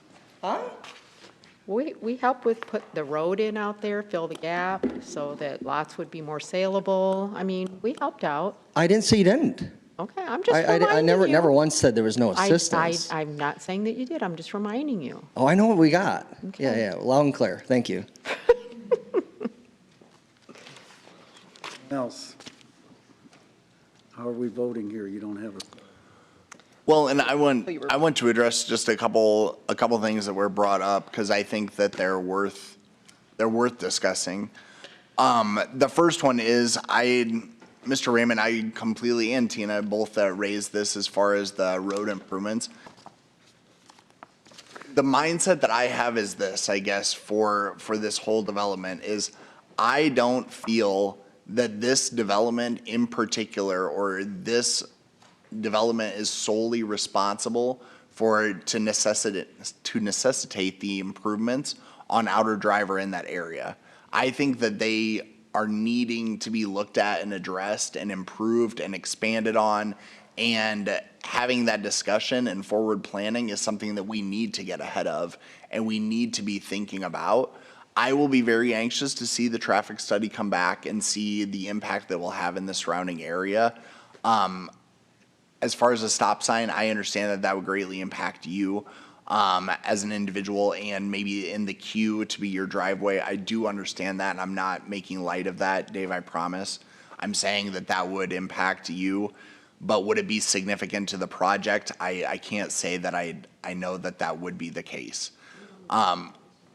Correct, and so I don't know what will be recommended. I mean, heck, I'm a fan of roundabouts, and we all know how that would go. So it's one of those things. Huh?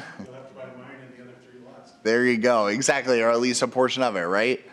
And so it's saying, though, that I do feel that it's important to point out what was in the presentation that I said I was appreciative that Renee included, was that there is money going toward to come back into the general fund each of those years that will be put towards that. It can be put towards those road improvements. So you actually will have a pot of money coming into the city that previously wasn't coming into the city to do those updates. Now, will that cover all of those improvements? Yeah, you don't know. You don't know what, because like, look, I think Outer Drive is long overdue for an expansion and improvement. But that's something that will have to be planned in the CIP process. This will at least allow you some runway to do that because you'll have money coming in, and that would be a long-term CIP project, 5+ years out as it is. And I don't think that the starting on this project is going to be the catalyst that will push us over the edge for the need of that. But I do think that it's something the city should be proactive. And whether I'm here or not, I hope that, future council members and current council members sitting here are listening and understanding. I think that we've had a lot of development in that area. And if you're telling me that, what is it, Northern Crossing, I believe is the name of it, or it, with all of that improvement, all of that addition, those extra businesses, and those things that we've done, you have multiple developments that have been up there.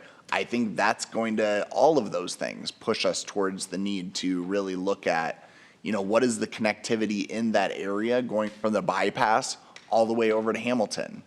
What is going to be, the long-term vision for that? And I think that we should be having that conversation. And I think that while this development is certainly going to further our need for that, I don't think it's what pushes us over the edge. The next thing that I wanted to raise is I just wanted to say to Mr. Lieber, Rod, I know you from a couple different areas and walks of life, and I would say I know you to be a good person and have done some really good things in the community. And this is one of those things where the mayor would always joke with, at least for sure, Dan and I, about hope springing eternal. But I would just say that I think, look, you hear what these conversations are. You hear what some of the concerns are. As far as the inclusion of a tree line, on the east side of it, as far as allowing as much space as possible for gentle slopes on the west side so that there's not the runoff, as well as, any improvements that can be made along the way to accommodate some of these other things. It's my hope that you would be open to those discussions and you would be available to have those conversations. Because I know, and I can point to some developments that we've had just in the 8 years that I'm here, that as soon as people get an agreement, then they don't take your phone call and they actually, act in a manner that flies in the face of what the intent was. I don't want that to be the case, and I know you to be a stand-up person that would not do that, so I hope that it doesn't become that. And I think that there are some neighbors, some concerns that want to be able to get a hold of you and just talk proactively about this. Because as Mr. Raymond pointed out, there are some neighbors that I think are on the fence, so to speak, right? Like, they're not adamantly against the project. They just want to make sure that thoughtful calculations are done and that we're addressing some of those things. And I think that that's important. And lastly, Mr. Watchorn, I would say that I understand your plight, that affordability in the community is really difficult to come by. It's something that when I got to council 8 years ago when I was elected, that I wanted to do everything I could to bring down, especially I was thinking rent prices as well as property values. I mean, I can't necessarily do much with property values, but as far as rent and looking at the affordability of that, because I saw CF just skyrocket those rent prices. So I said, look, I'm not about a rent control type model necessarily. You know, I think that's a pretty drastic step. But I said, for me, it's supply and demand. Supply and demand is we're going to have to look at what can we do to add additional homes and add additional apartment complexes so that the need starts alleviating and there's not that much chance, and then you can be able to lower it down. Now, I will say it hasn't worked as effectively as I would want. It hasn't.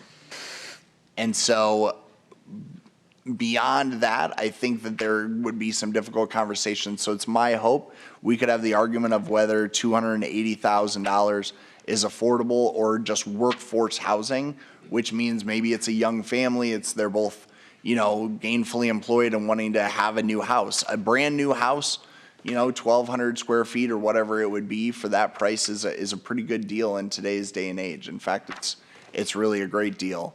It would be my hope that some of these other infill homes or fixer-upper type homes that would be much less than that price tag would then become more available, and other people that maybe are in the market for that 250 to 350 would be able to find those things. And so while there's not one single answer for these things, I assure you that with my vote or with my support, those are all things that I'm taking into consideration that we're trying to at least address on the front end and do everything that we can. When I was sitting down with Mr. Lieber and Mr. Callahan to have that conversation about what can we do to make these as affordable as possible, because the people of our community work very hard and deserve to be able to have, you know, that shot at the American dream if this is what they would choose to do. And I come up to this seeing home ownership as for myself as a pipe dream. So I'm looking at it from other people's perspective. And the fact is, I don't get it. Why can't it be guaranteed then? Why can't that, the 300,000 is way too much. 280 is too much to me. But I agree. Why can't that be in the guarantee? But the person moving into the 280,000 may be opening up a home for you that is in your price. Like I said, it's a pipe dream for me, so don't even look at it that way. But that's Okay, exactly then what not I'm you, then someone else who would want it. So they're coming from somewhere. They're But once probably again, not- you're creating an environment that's unaffordable. Why? Why do It's we not, keep feeding but it? it's Why do we keep unaffordable- feeding it? It's unaffordable to you, but it's not unaffordable to other people. And not just me. You don't see that, and I don't know why you don't see that. Of course I see it. Then why are you up here arguing against me? I'm not arguing, I'm not arguing against you. I'm trying to get you to understand that there is not a single number, which is what you're after. Oh, there is. There is. You You just say it refuse is to. based You just on- refuse to actually use a number because you want it vague. There is no number. There's Yes, no there magic absolutely number. is. There There absolutely isn't. is. There absolutely is. Well, there's a little bit of a difference. Median income salary over the year divided by the cost of the home, because that's what you would need to spend to get a down payment usually, right? That's what it is. It's not a crazy calculation.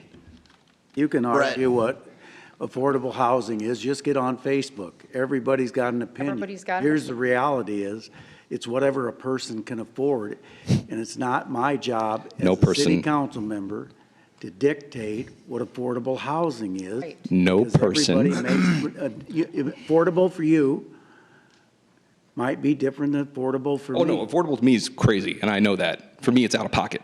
And none of you think of that. Nobody up here, nobody thinking of buying these houses thinks about out of pocket. Housing developments. That's Oh, why so we- you can go buy a home for straight out of pocket cash right now?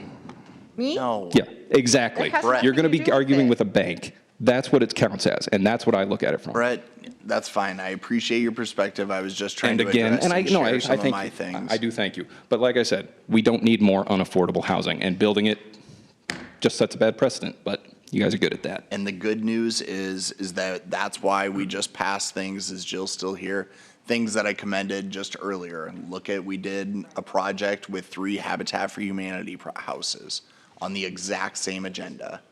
And so I think that things like that are showing that we're doing everything we can to address that.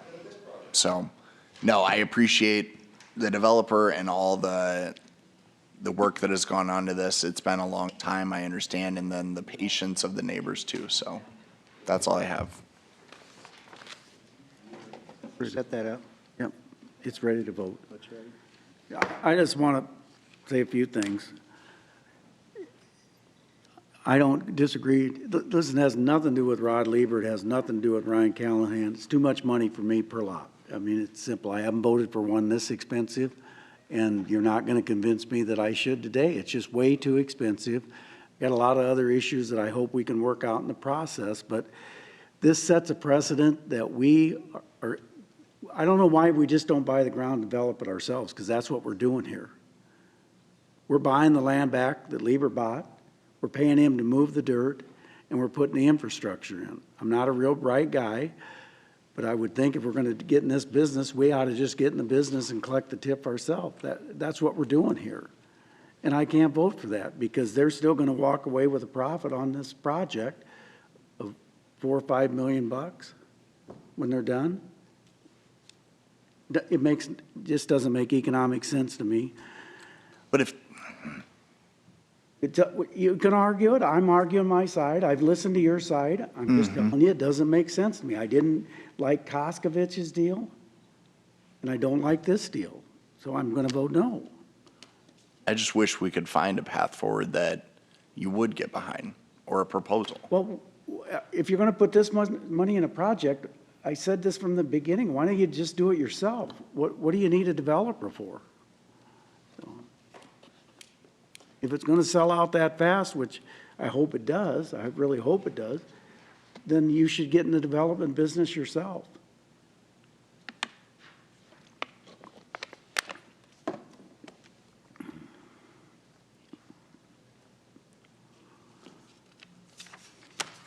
You got to vote.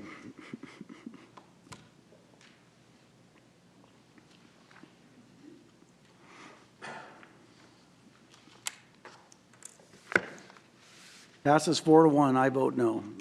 Citizen concerns, come on up and state your name and tell us what you want to talk about.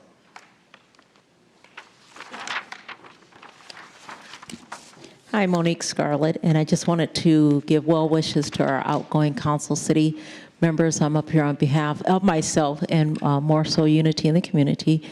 Just wanted to express our gratitude for your ongoing support since you've been in office.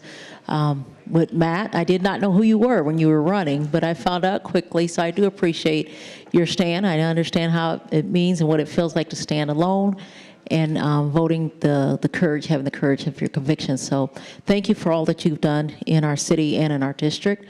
To Alex, thank you for sometimes just always being out there with that flag, supporting, even though I know you had a lot of pressure from peers or whatever, but you still did the right thing. So we want to thank you for that and support of understanding what unity actually is and how we work together. Last but not least, because I know I have 3 minutes and I don't want Mr. Mayor to get me. I always call this an inside joke, but I call Dan Moore Mr. Mayor. And that was an inside joke. I told him he run for mayor, I run for city council. He's resigning, so I'm out too. But I just want to let you know that your support as well. I've learned a lot from you in and out of the office, and I watched your character. I've watched you go through a lot of storms and have difficult decisions to make, but you made those decisions. Whether we agreed or not, you made those decisions, and better yet, you had an explanation to why you made the decision, which I can respect that. So I just want to wish all three of you well wishes on behalf of unity in the community. Myself as a citizen, a lifelong member of the city, I think you all have set an example, whether people agree or not. From observation, you all have set example because you thought on your own and you thought for yourself. Not many people could say that. You just didn't follow the crowd. You thought on your own. So I respect that, and we respect that. So thank you again. Unity in the community stands strong. And yes, so, and thank you for your support. This time last year I wasn't here, but today I'm here. So thank Well, God. you're looking great. Hey, come up and shake a hand. All right. I'd come around to you, but I don't know what the protocol is for that. Monique, thank you, thank you, thank you. We really appreciate this. Thank and you, I'm sweetie. glad you're back. Thank you. Clunk, clunk. Oh, yeah. More things to do. And I just want to say, I'm only up here because I respond to strong leadership, and I came to the Sioux City School District because there was a strong leader on the school board at the time. So part of what inspired me to run and serve the community was seeing what an amazing job that you did, and you continue to advocate for our community. And believe me, we noticed when you were not here. There was a hole in this community's heart, and we're very glad to have you back. Anybody else? Please come forward. Good afternoon. I will try and keep this brief. John Oldroyd. I'm a homeowner on Glen Ellen Road, and once again, I'm coming to this meeting to express concern on behalf of myself and other homeowners around water erosion issues down Glen Ellen. When we last came to this meeting in July, our ask was for the city's help in identifying a root cause so that we could then look to implement a permanent solution. The council instructed city engineering to dig up relevant panels of the road in order to further investigate the issue. However, the city chose to dig up panels far from the problem areas and actually gave two different reasons for this choice. First, claiming it was random, and second, claiming it was because the panels were cracked. Frankly, they may as well have dug up panels on Morningside Avenue. I think we all know the likely root cause here is poor compaction of soil, probably primarily by utility companies. The city continues to claim this is an individual concern. However, if I call Mid-American Energy, we all know what they're going to say. In addition, this is not an individual concern. It's a concern for all my neighbors and all the residents down, particularly the western side of Glen Ellen. Plus, as well as you are well aware, this is also impacting the street and therefore ought to be a concern for the city. The ask at the City Council was for the city's help in identifying root causes so we could then look to implement a holistic solution. What has happened is that essentially the city's done as little as possible and in areas that were likely not to be a concern at all. Again, for a body which is supposedly set up to represent the citizens, this is extremely disappointing. With this said, what I'm asking today is that the City Council instruct city engineering to actually do what they originally told them to do and evaluate the situation in relevant areas. If this does not happen, I ask that the City Council approve the funds to contract an independent engineer who can help identify root causes in order that a true holistic solution can be identified and ultimately that those responsible are required to make the necessary repairs. Sooner or later, it worries me that what happened on Lincoln Way is also going to happen on Glen Ellen Road. Thank you. Mike, who do we connect him with to follow up on that? Oh, We've been following up back and forth, the whole engineering. I mean, what's the next step then, if there's been follow-up? I'll follow up with Tom and Gordon. Go ahead. Good afternoon. My name is Jerry Van Persum. I live at 3421 Glen Ellen Road. I've been here before in July with John and some other folks. I'd say welcome to any new council members if they're around, but I don't know who they are necessarily or if they are. But to those of you that are leaving, best of successes to you. Alex, Julie, you tried to understand our concerns and that kind of thing, and so has Bob, but problems have not been resolved. I guess I'm here today to inform you all that do not know that my sidewalk issues have been repaired, no thanks to anyone from the city. I paid for the repairs that I know full well were not my issues solely. Now, the city has hired a private company to do repairs on the manholes and drain tanks that we were told earlier that were in perfect condition. Why not tell us the truth on this? And yes, Gordon, if you're around, I got your email stating that they didn't find any real particular problems when they were doing the repairs. I talked to the guy that was doing the repairs, and he sat in the manhole in front of my house for 40 minutes patching things. So, yes, there was a problem. All I want is somebody to tell the darn truth once in a while. I mean, that's all I'm looking for. If that's a problem, then the city should have had some responsibility in it. They haven't taken any. And they don't take the responsibility, the city does not take the responsibility about it, nor do they have any real concerns or cares about the area residents, other than making sure that they collect the extremely high taxes that we all get charged. This was proven over the last year by the refusal to do a thorough investigation. Repair the city issues and listen to the reasoning from people in the neighborhood who live with the issue every day. I don't have much confidence that the repairs I made will be very long lasting. I can only hope now that the council is changing, that my issue has been fixed.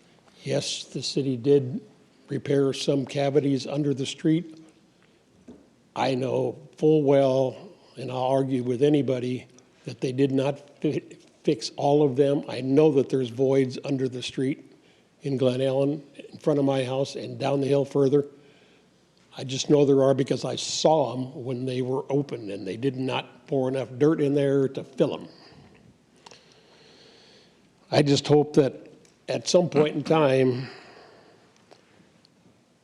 people that are going to be on the board will listen and care more about the people, and also demand that the city employees do their job and communicate honestly with all of the residents. That's all I got to say for now. Thank you. Stay tuned. It'll be a void in that yard and in that street again next spring. It hasn't shown up now because it hasn't rained since everybody's fixed things, but it will. Anyone else?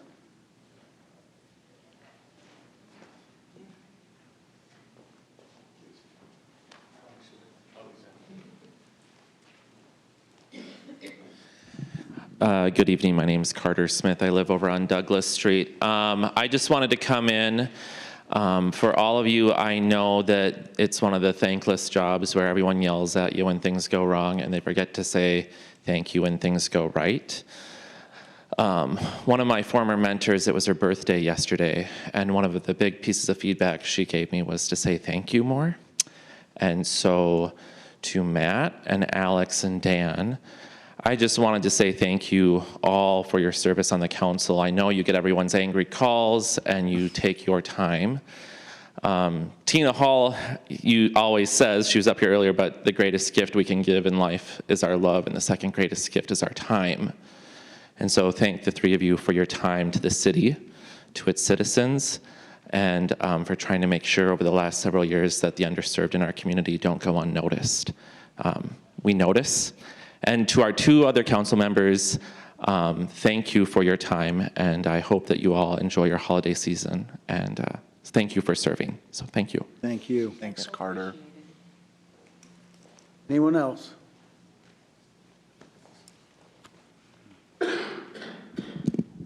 Brett Watchorn, as you know, we've met. I also like to thank those of the council outgoing. It's good to, I know I've been up here very critical. I don't apologize for that at all, but I will thank you for your service over the years. My mom really loved you, Dan. I've never really been a fan, but you know, that's a personal choice. That's that. Going forward, I've been meaning to bring this up, but was there ever any discussion again about moving the meeting time? Not of, you're going back, was that about 2 years ago? It's been a while. It's been a while. I've been gone for 6 years, so it could have been. Yeah. But I don't think we have revisited that. But right or wrong, I recall some of the issues that would have been raised. You're talking like an evening meeting, like 6:30, Yes, because 4 o'clock is almost impossible for anybody working to get to. Well, I understand that, but we also really rely heavily on staff reports, and so we try to take that into account as well. But you're right, there are people working until 5:30, 6 o'clock. Some of them are working second shift and couldn't make maybe a 6:30 or 7 o'clock meeting. Exactly, but I'm just saying, you want a full gallery, changing the time would be the easiest way to do it. Yeah. And then also, But you know what? I just want to throw this in, Brett. Our budget hearings are on the weekends on Saturday. okay, And it would be great if people would show up on some of those items. That advertise it more. I didn't know that, and I would love to go. Yeah, on Saturdays. Okay, yeah, I'll show up for that. Yeah, and some people have to work Saturdays. I mean, and Sundays. True. But a majority might come on Saturdays. But yeah, the budget, just watch for that is that held in February? Yeah, and it's posted on the city website, and we have to publicly post it and release it to the media well ahead of the meeting times. Gotcha. And it's very well run. It truly is. We've got all the issues, we've got everything in front of us. And you could have access to those. I'm not going to tell you how, because I don't do it on the website. I've been but through you can have access to the budget. I've been reading through the city budget, trying to get That's ready fine, to see if I can go to this other thing. So that's on Saturdays. But then, as another solution to that, has anyone looked into opening up the comments on the YouTube feed and somebody monitoring it? I think we see enough of your comments on Facebook and keep up on them. I don't know if we need to Yes. also have it on YouTube, but. It's called interaction, Alex. You know, what you want in government. No, I'm saying, that's fine. I'm saying, I think you have a loud enough megaphone on Facebook. I don't think I do. The point is, none of this stuff is addressed. So the fact is, people watching that feed could actually send in questions and actually address things directly, or set up a phone line. I've seen that done in other cities. The point is, I just want more interaction, and I feel like there are easy ways to do it. Okay. But once again, thank you all for your service. Well, thank you. Hope to be there with you someday. I think one reason, just to answer your question about YouTube comments in particular, one reason that it'd be very difficult to open that up for public comment is we have no way of knowing where this individual that's commenting is from. Have you seen how many people actually watch it, Matt? Oh, yeah, no. There's No, not very many people. exactly. But there's no way to verify via location where this individual is Well, from. that's why you or have what they're someone screening them. commenting. That's why you have someone screening them. And generally, YouTube comments tend to not be productive. They tend to be more, And that's why you have a screener. there's no way to screen that. There- YouTube is the If a platform. streamer playing a video game can screen their own chat, I think someone sitting over here listening to the meeting can do the They same. manually boot people when they say something they don't like. Right. And you can't do that. So the You first literally time couldn't you do get that, which angry is and you awesome. leave an angry comment, we'll be like, all right, no more Brett Watchorn ever again. You couldn't do that. You would be opened up for liability. Ask the city attorney. Well, but. That's why we don't allow comments. Amen. There you go. The point is, you want interaction, but you refuse to do anything to actually push it forward, and that's my issue. Why do you have the feed if you can't talk about it? If you can't, what's the point of watching if you can't say I get anything? about 15 to 20 emails minimum a week. People know how to get a hold of you. Amen. Right. You may have a different view of that, but I'm telling you, people know there's a way to get a hold of city council members.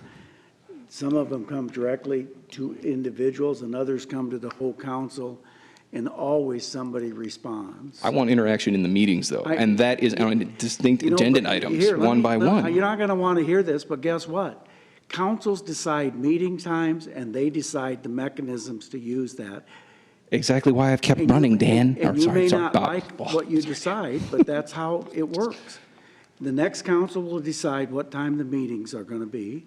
And I'll bring this suggestion to them as well. But the point is, you have easy options to get more interaction. You just don't want to do Because it. they might not agree with you, doesn't, like I It told doesn't you last matter if they week, agree with me, doesn't make it Bob. wrong. It doesn't- It doesn't make you right. It doesn't matter if you agree with me. The point is to get the voice out there, to let people have a voice in this city. Did we All right. ever have the meetings late What's years that? ago? What? Did we have meetings late? You know, I heard this in my first I tour when have I was heard mayor that. back in the Nobody showed up 90s, and because we they were home went for to different dinner. high schools, and we had less people come to those Right. meetings than we have here at That's Ford. what I night were they? heard. So, What night were they, Bob? what? What night were they? You can pick. It any night matters. you want. It's just You like want- picking let's look at the Monday. Somebody's statistics. gotta- It was probably somebody's on a gonna say- Saturday, Friday, or Saturday night. Oh, I doubt that. Not gonna I happen. doubt that too, but the fact is, things happen during the week. I understand that, but putting the meeting later would allow people working the day, the people who actually pay into this city, to show up. We'll keep And that that's in mind. always my point. Okay, thank you. Anyone else? Matthew, I'll let the three leaving go first. I do want to talk just briefly about Lieber. I think this development strikes a good compromise.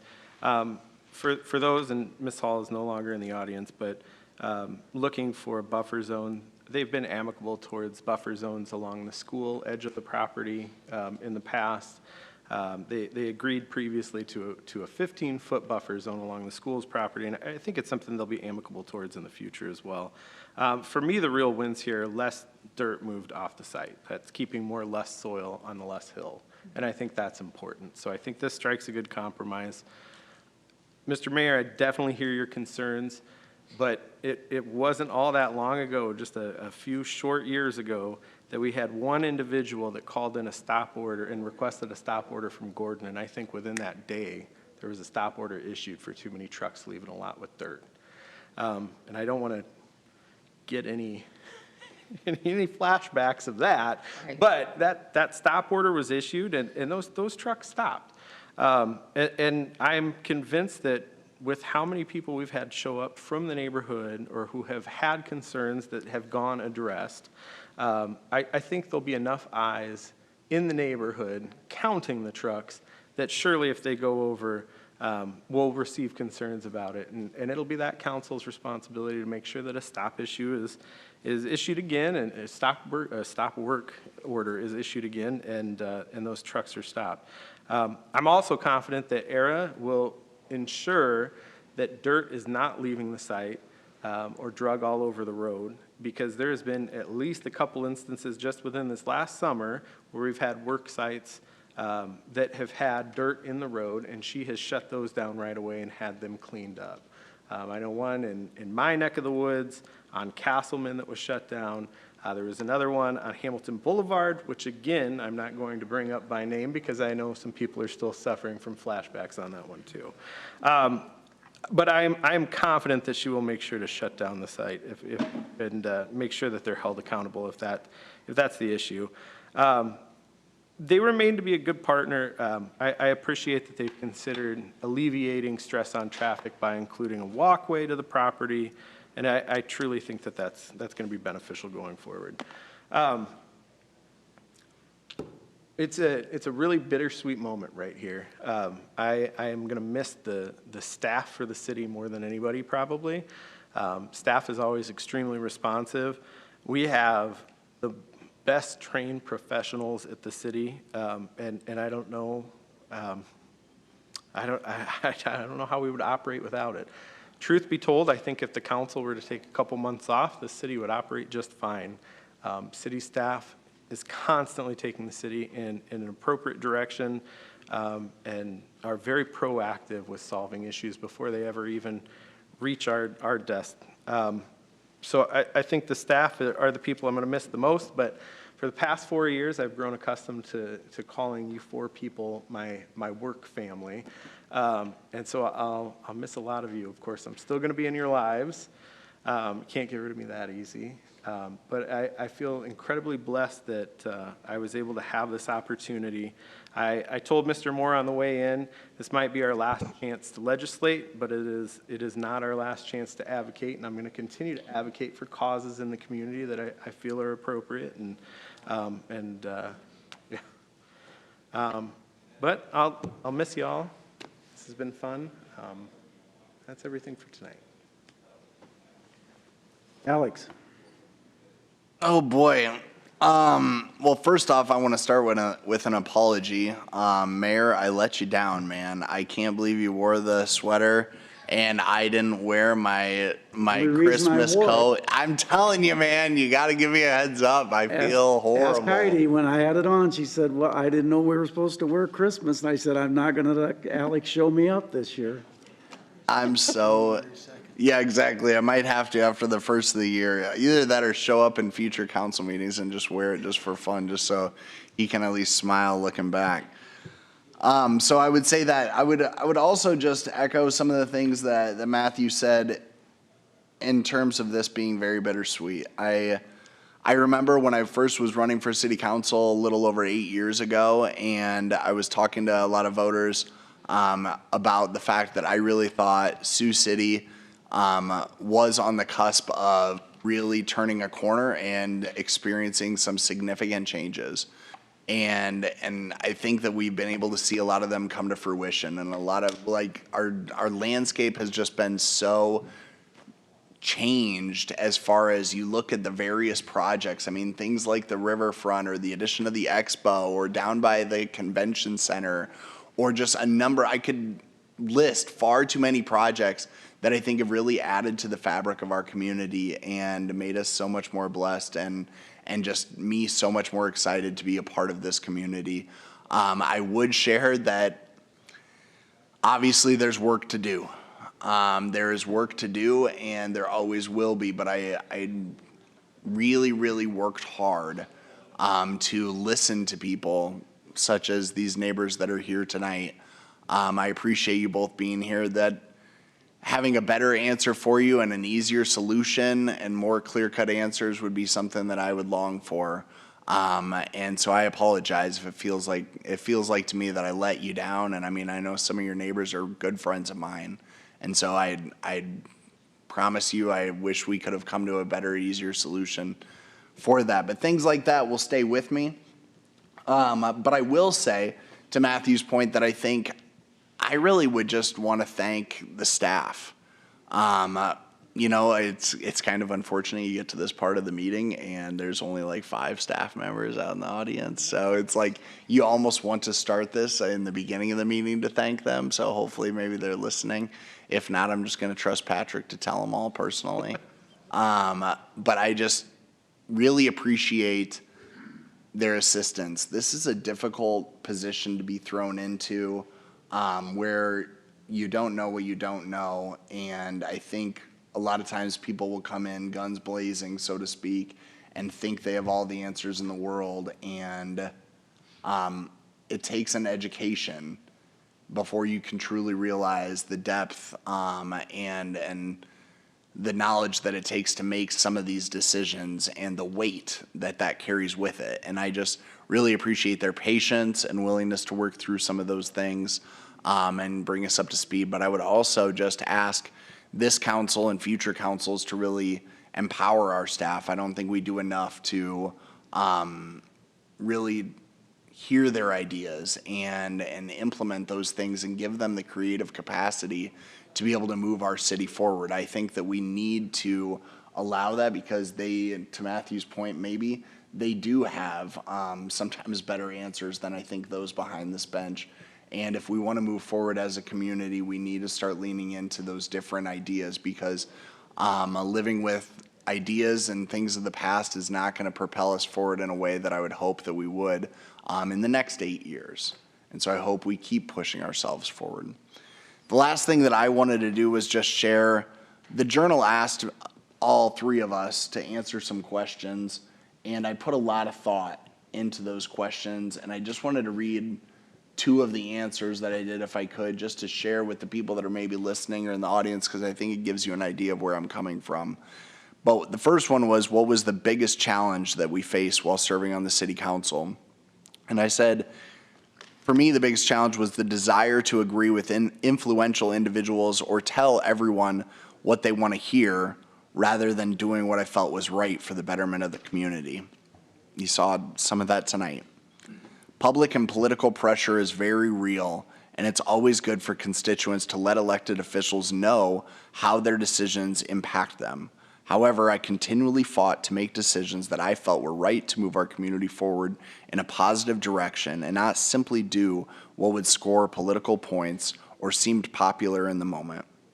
Being open to other perspectives as well, all while not compromising on my beliefs or what I thought was right, is difficult, but it's critical. And the last question that was asked is what advice you would give to new and incoming council members. And I thought a lot about this because I never imagined I would be in this position being on a city council. And I would encourage anyone thinking about running to do so or get involved at the very least. But the advice I would give them is if you want to go fast, go alone. And if you want to go far, go together. And with that in mind, I would implore them to lean into collaboration, communication, and compromise. Understand that the city council and all of our staff are just one component of what is going to push this community forward. If we allow ourselves to work in silos, it's going to be to our detriment. Finally, learn to count to 3, as the mayor once told me.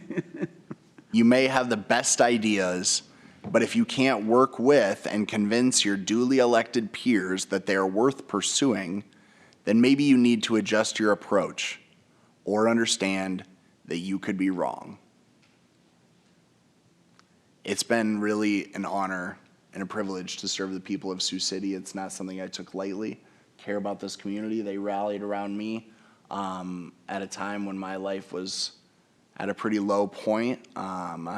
And so I wanted to pay it forward, and I think I did that to the best of my ability. And so I'm not going to be going anywhere. I was joking with the mayor. You'll probably still see me at budget hearings and everything else just to try to stay updated. But it's been a real honor to get to know the people here behind the bench, to call them friends, and to know so many of our staff and how dedicated they are. So thank you very much. Mr. Moore. Okay. Well, I spent today celebrating my last day for the city council. I went to the Sioux City Fire Rescue EMS presentation of the 4 new ambulances that the city purchased. And it was beautiful. We're at Station 1, brand new ambulances. They do all kinds of things. And so which I like to do, is see how they really operate. So they gave me the time of my life. I did what I did a few years ago when we got new ambulances. And I got to actually be on the stretcher and go up and inside the ambulance. But what was really fun, and I've done that before, and it's a really smooth ride. I mean, I did it before at another time that I volunteered. By the way, well, I'll get to this in a minute. But what I really like too is now we have chairs that they strap you in, and you can go up and down the steps with those chairs. And I thought, well, this is going to be a bump, bump, bump. It was the smoothest ride I ever had. It was just really great. So the chairs. Now I need one of those chairs. And you know what I'm really proud of? I'm really proud of the firefighters and EMS people, men and women. They do a great job, and we need to give them the best equipment that they can use, can have, and they have it. And they're doing just a terrific job. So the last time I did a demonstration, a good friend of my daughter called her in Florida and said, "Is your dad ill? I saw him getting into an ambulance." Now I've had a great friend of mine say, "Just saw you being loaded into an ambulance on the news. This is obviously for publicity. You were smiling too much." So no, it was just a demonstration. So I wanted to share that. You know, the other thing is, I grew up, my parents didn't have a lot. We had what we needed. I didn't get what I wanted. But they taught me a really good lesson. And this was brought up by another citizen, to just tell the truth. Always tell the truth. And my mom would say, you know, your ears get red, your face gets red when you're lying. So just tell the truth. And that's one thing I've always tried to do. I've always tried to tell the truth. And I've always tried my hardest to listen to people, because do you know how many times, and I also learned this, I really like this, and I had to work hard at it. If a citizen tells me something, I repeat it back. Number one, that means I understood or heard what they said, and that's really important. And number two, if I misunderstood, I'll find out right then. And so I've always repeated back, and I really care about people, and that's what my parents really taught me, and it stayed with me all of these years, all these 12 years on the council, serving people has been great. I will miss each one of you. I know it's a challenging, but I look at it this way. I have thoroughly enjoyed myself, and part of it is staff. Part of it is it was actually enjoyable to work with the city attorney that knows what the laws are, knows what the ordinances are, knows how to protect us from ourselves. And it was, and because I love Iowa lawyers and South Dakota lawyers and all the lawyers. I love lawyers, but I love Iowa lawyers. So thank you, Nicole. It was just a pleasure working with you. The other thing I want to do during my 12 years is Mayor Bob Scott is a true leader, a true leader. And what I mean by that is he too would put me in my place when I needed to be put in my place. Because I can go on and on about some topic or some project that we're talking about, and he'll say, did you think of this? Did you think of that? And it's a thought process that Bob Scott helped me with. And Bob, I will always appreciate how you treated council members, how you treated staff, how you treat the people yourself. And I'll never forget the first time I got on, because 12 years ago, first I made a second to a motion that was never made. That's because I was nervous. But the other thing that you taught me is I made the mistake of saying, well, that's federal money, Mayor, coming in. And he goes, well, who do you think pays the federal money? The taxpayers do. And so I've always been mindful of state money, federal money, and that kind of thing. But what you really gave me the joy, the added joy of serving the people of Sioux City, was I served as your and the people's mayor pro tem for 10 years. And I had the time of my life. Now, at first I was a little bit disappointed, because I thought, Mayor pro tem, you're number 2 in the city, and when the mayor can't make it, I fill in for the mayor. I'll get to go to these meetings and these presentations. Well, for the first 2 or 3, 4, 5, 6, 7 years, the mayor went to all of them. You didn't miss anything. You never missed anything. And I applaud you for that, because that's a good role model for me. You went to everything. You were at the Sioux City Fire Rescue presentation this morning. And so I want to thank you from the bottom of my heart for allowing me to serve as mayor pro tem. It just meant the world to me. Winning and losing. Winning and losing. Up here, we win, we lose. And I've learned from my grandkids in sports, winning builds confidence. Losing builds character. And so, you're going to win a few, you're going to lose a few, and you move on. But one thing I've always tried to do is tell me your story. Tell me what you want the city to do. I'll repeat it back to you. And if I repeat it correctly, I'll do what I can to help you. And sometimes I don't succeed. I have 4 votes against me. I'll have 3 votes. It'll be a 3-2 vote. But that's just a whole part of the process of what we do up here. But at least you're heard. You're heard by the mayor and the city council members. You are heard. I also want to thank, and I'll wrap this up, I also want to thank the media, because one concern I have is that we don't get the news out to people. We try our best. We have the website, we've got this, we've got that, and Wester does a great job for us. But time and time again, I heard it on the news, I read it in the paper, I heard it on the radio, and I'm thankful for the media that you show up to our meetings and you can summarize what we've done and report it to the public, because once, and I've said this many times, once Sioux Cityans quit contacting us and they don't care anymore, we're all going to be in trouble. We're just all going to be in trouble. So thank you, media, for what you do so that that you help us carry the message to the public, to the citizens that I care so much about. So thank you. My brother Dennis was very proud of me for being on the city council.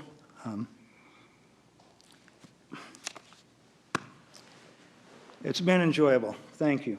Thank you, Bob, Matthew, Julie, Alex, thank you. Thank the city manager. Thank you for stepping in. And I do say, I say city manager intentionally. I know I'm leaving out the interim, but anyway. And thank you, Heidi, for all the work you do too. So I will be seeing you around, Nicole. Yes. That's all I have. I just want to say what a joy it's been working with the three of you. It's a joy working for you too, Bob. I've learned from all of you. Matthew, you're my IT guru in our WIC meetings. You can say nerd, it's fine. My son would go to describe you. Alex, I served with you before we served here, and I think our working relationship, our friendship has grown even deeper. We align a lot on growth and I think the newer things. Dan, our historian, our careful reader, take time, really chew it, really peel back that onion, and I appreciate that about you. You're easy to listen to when you're explaining things, why this way, why that way, and I think we've all learned from that. I have to include the mayor as well. He's not going anywhere right now, but, he and I are going to serve these last 2 years together, and throughout these last 6 years, he's not once not stepped up and answered something that I've needed. Well, it's a question, what have we done in the past? What do you think of this? Who's this? And sometimes I'll throw a mentor word at him and then he denies it. He said, I'm just doing my job. But I appreciate everyone on this council, and I'm going to miss you three dearly. I really will. Thank you, Julie. Well, I've been through this quite a few times, and it's always sad to see council members leave, especially when you have a reasonably good working relationship, and I think we have more than a reasonably good working relationship. So I appreciate your willingness to serve. It's not easy in this environment. It's gotten a little worse over the years, and that's part of the territory which we all understand. I look back and I thought Alex was going to say what his biggest challenge was the mayor, but I appreciate you not doing that. And I wish I would have trained you better, because I was on the 4-1-3-2 votes more than anyone, but that's okay. The one thing that I always tell new council members, and I think we've done well at, is learn to disagree without being disagreeable, because it doesn't serve the citizens of this community when we become disagreeable. And we've worked well together. But most importantly, I appreciate your hard work and your honesty. That's all you can ask out of council members. You can't ask anything other than that, to be honest with people and to work hard for the citizens, and you've done a great job at that. So thank you. Thank you. You wanted to... I thank you, Mayor, because I really wanted to do this. I'm going to make my last motion of 12 years. I move to adjourn. Second. O'Kane? Aye. Shaner? Aye. Scott? Aye. Waters? Aye. Moore? Aye.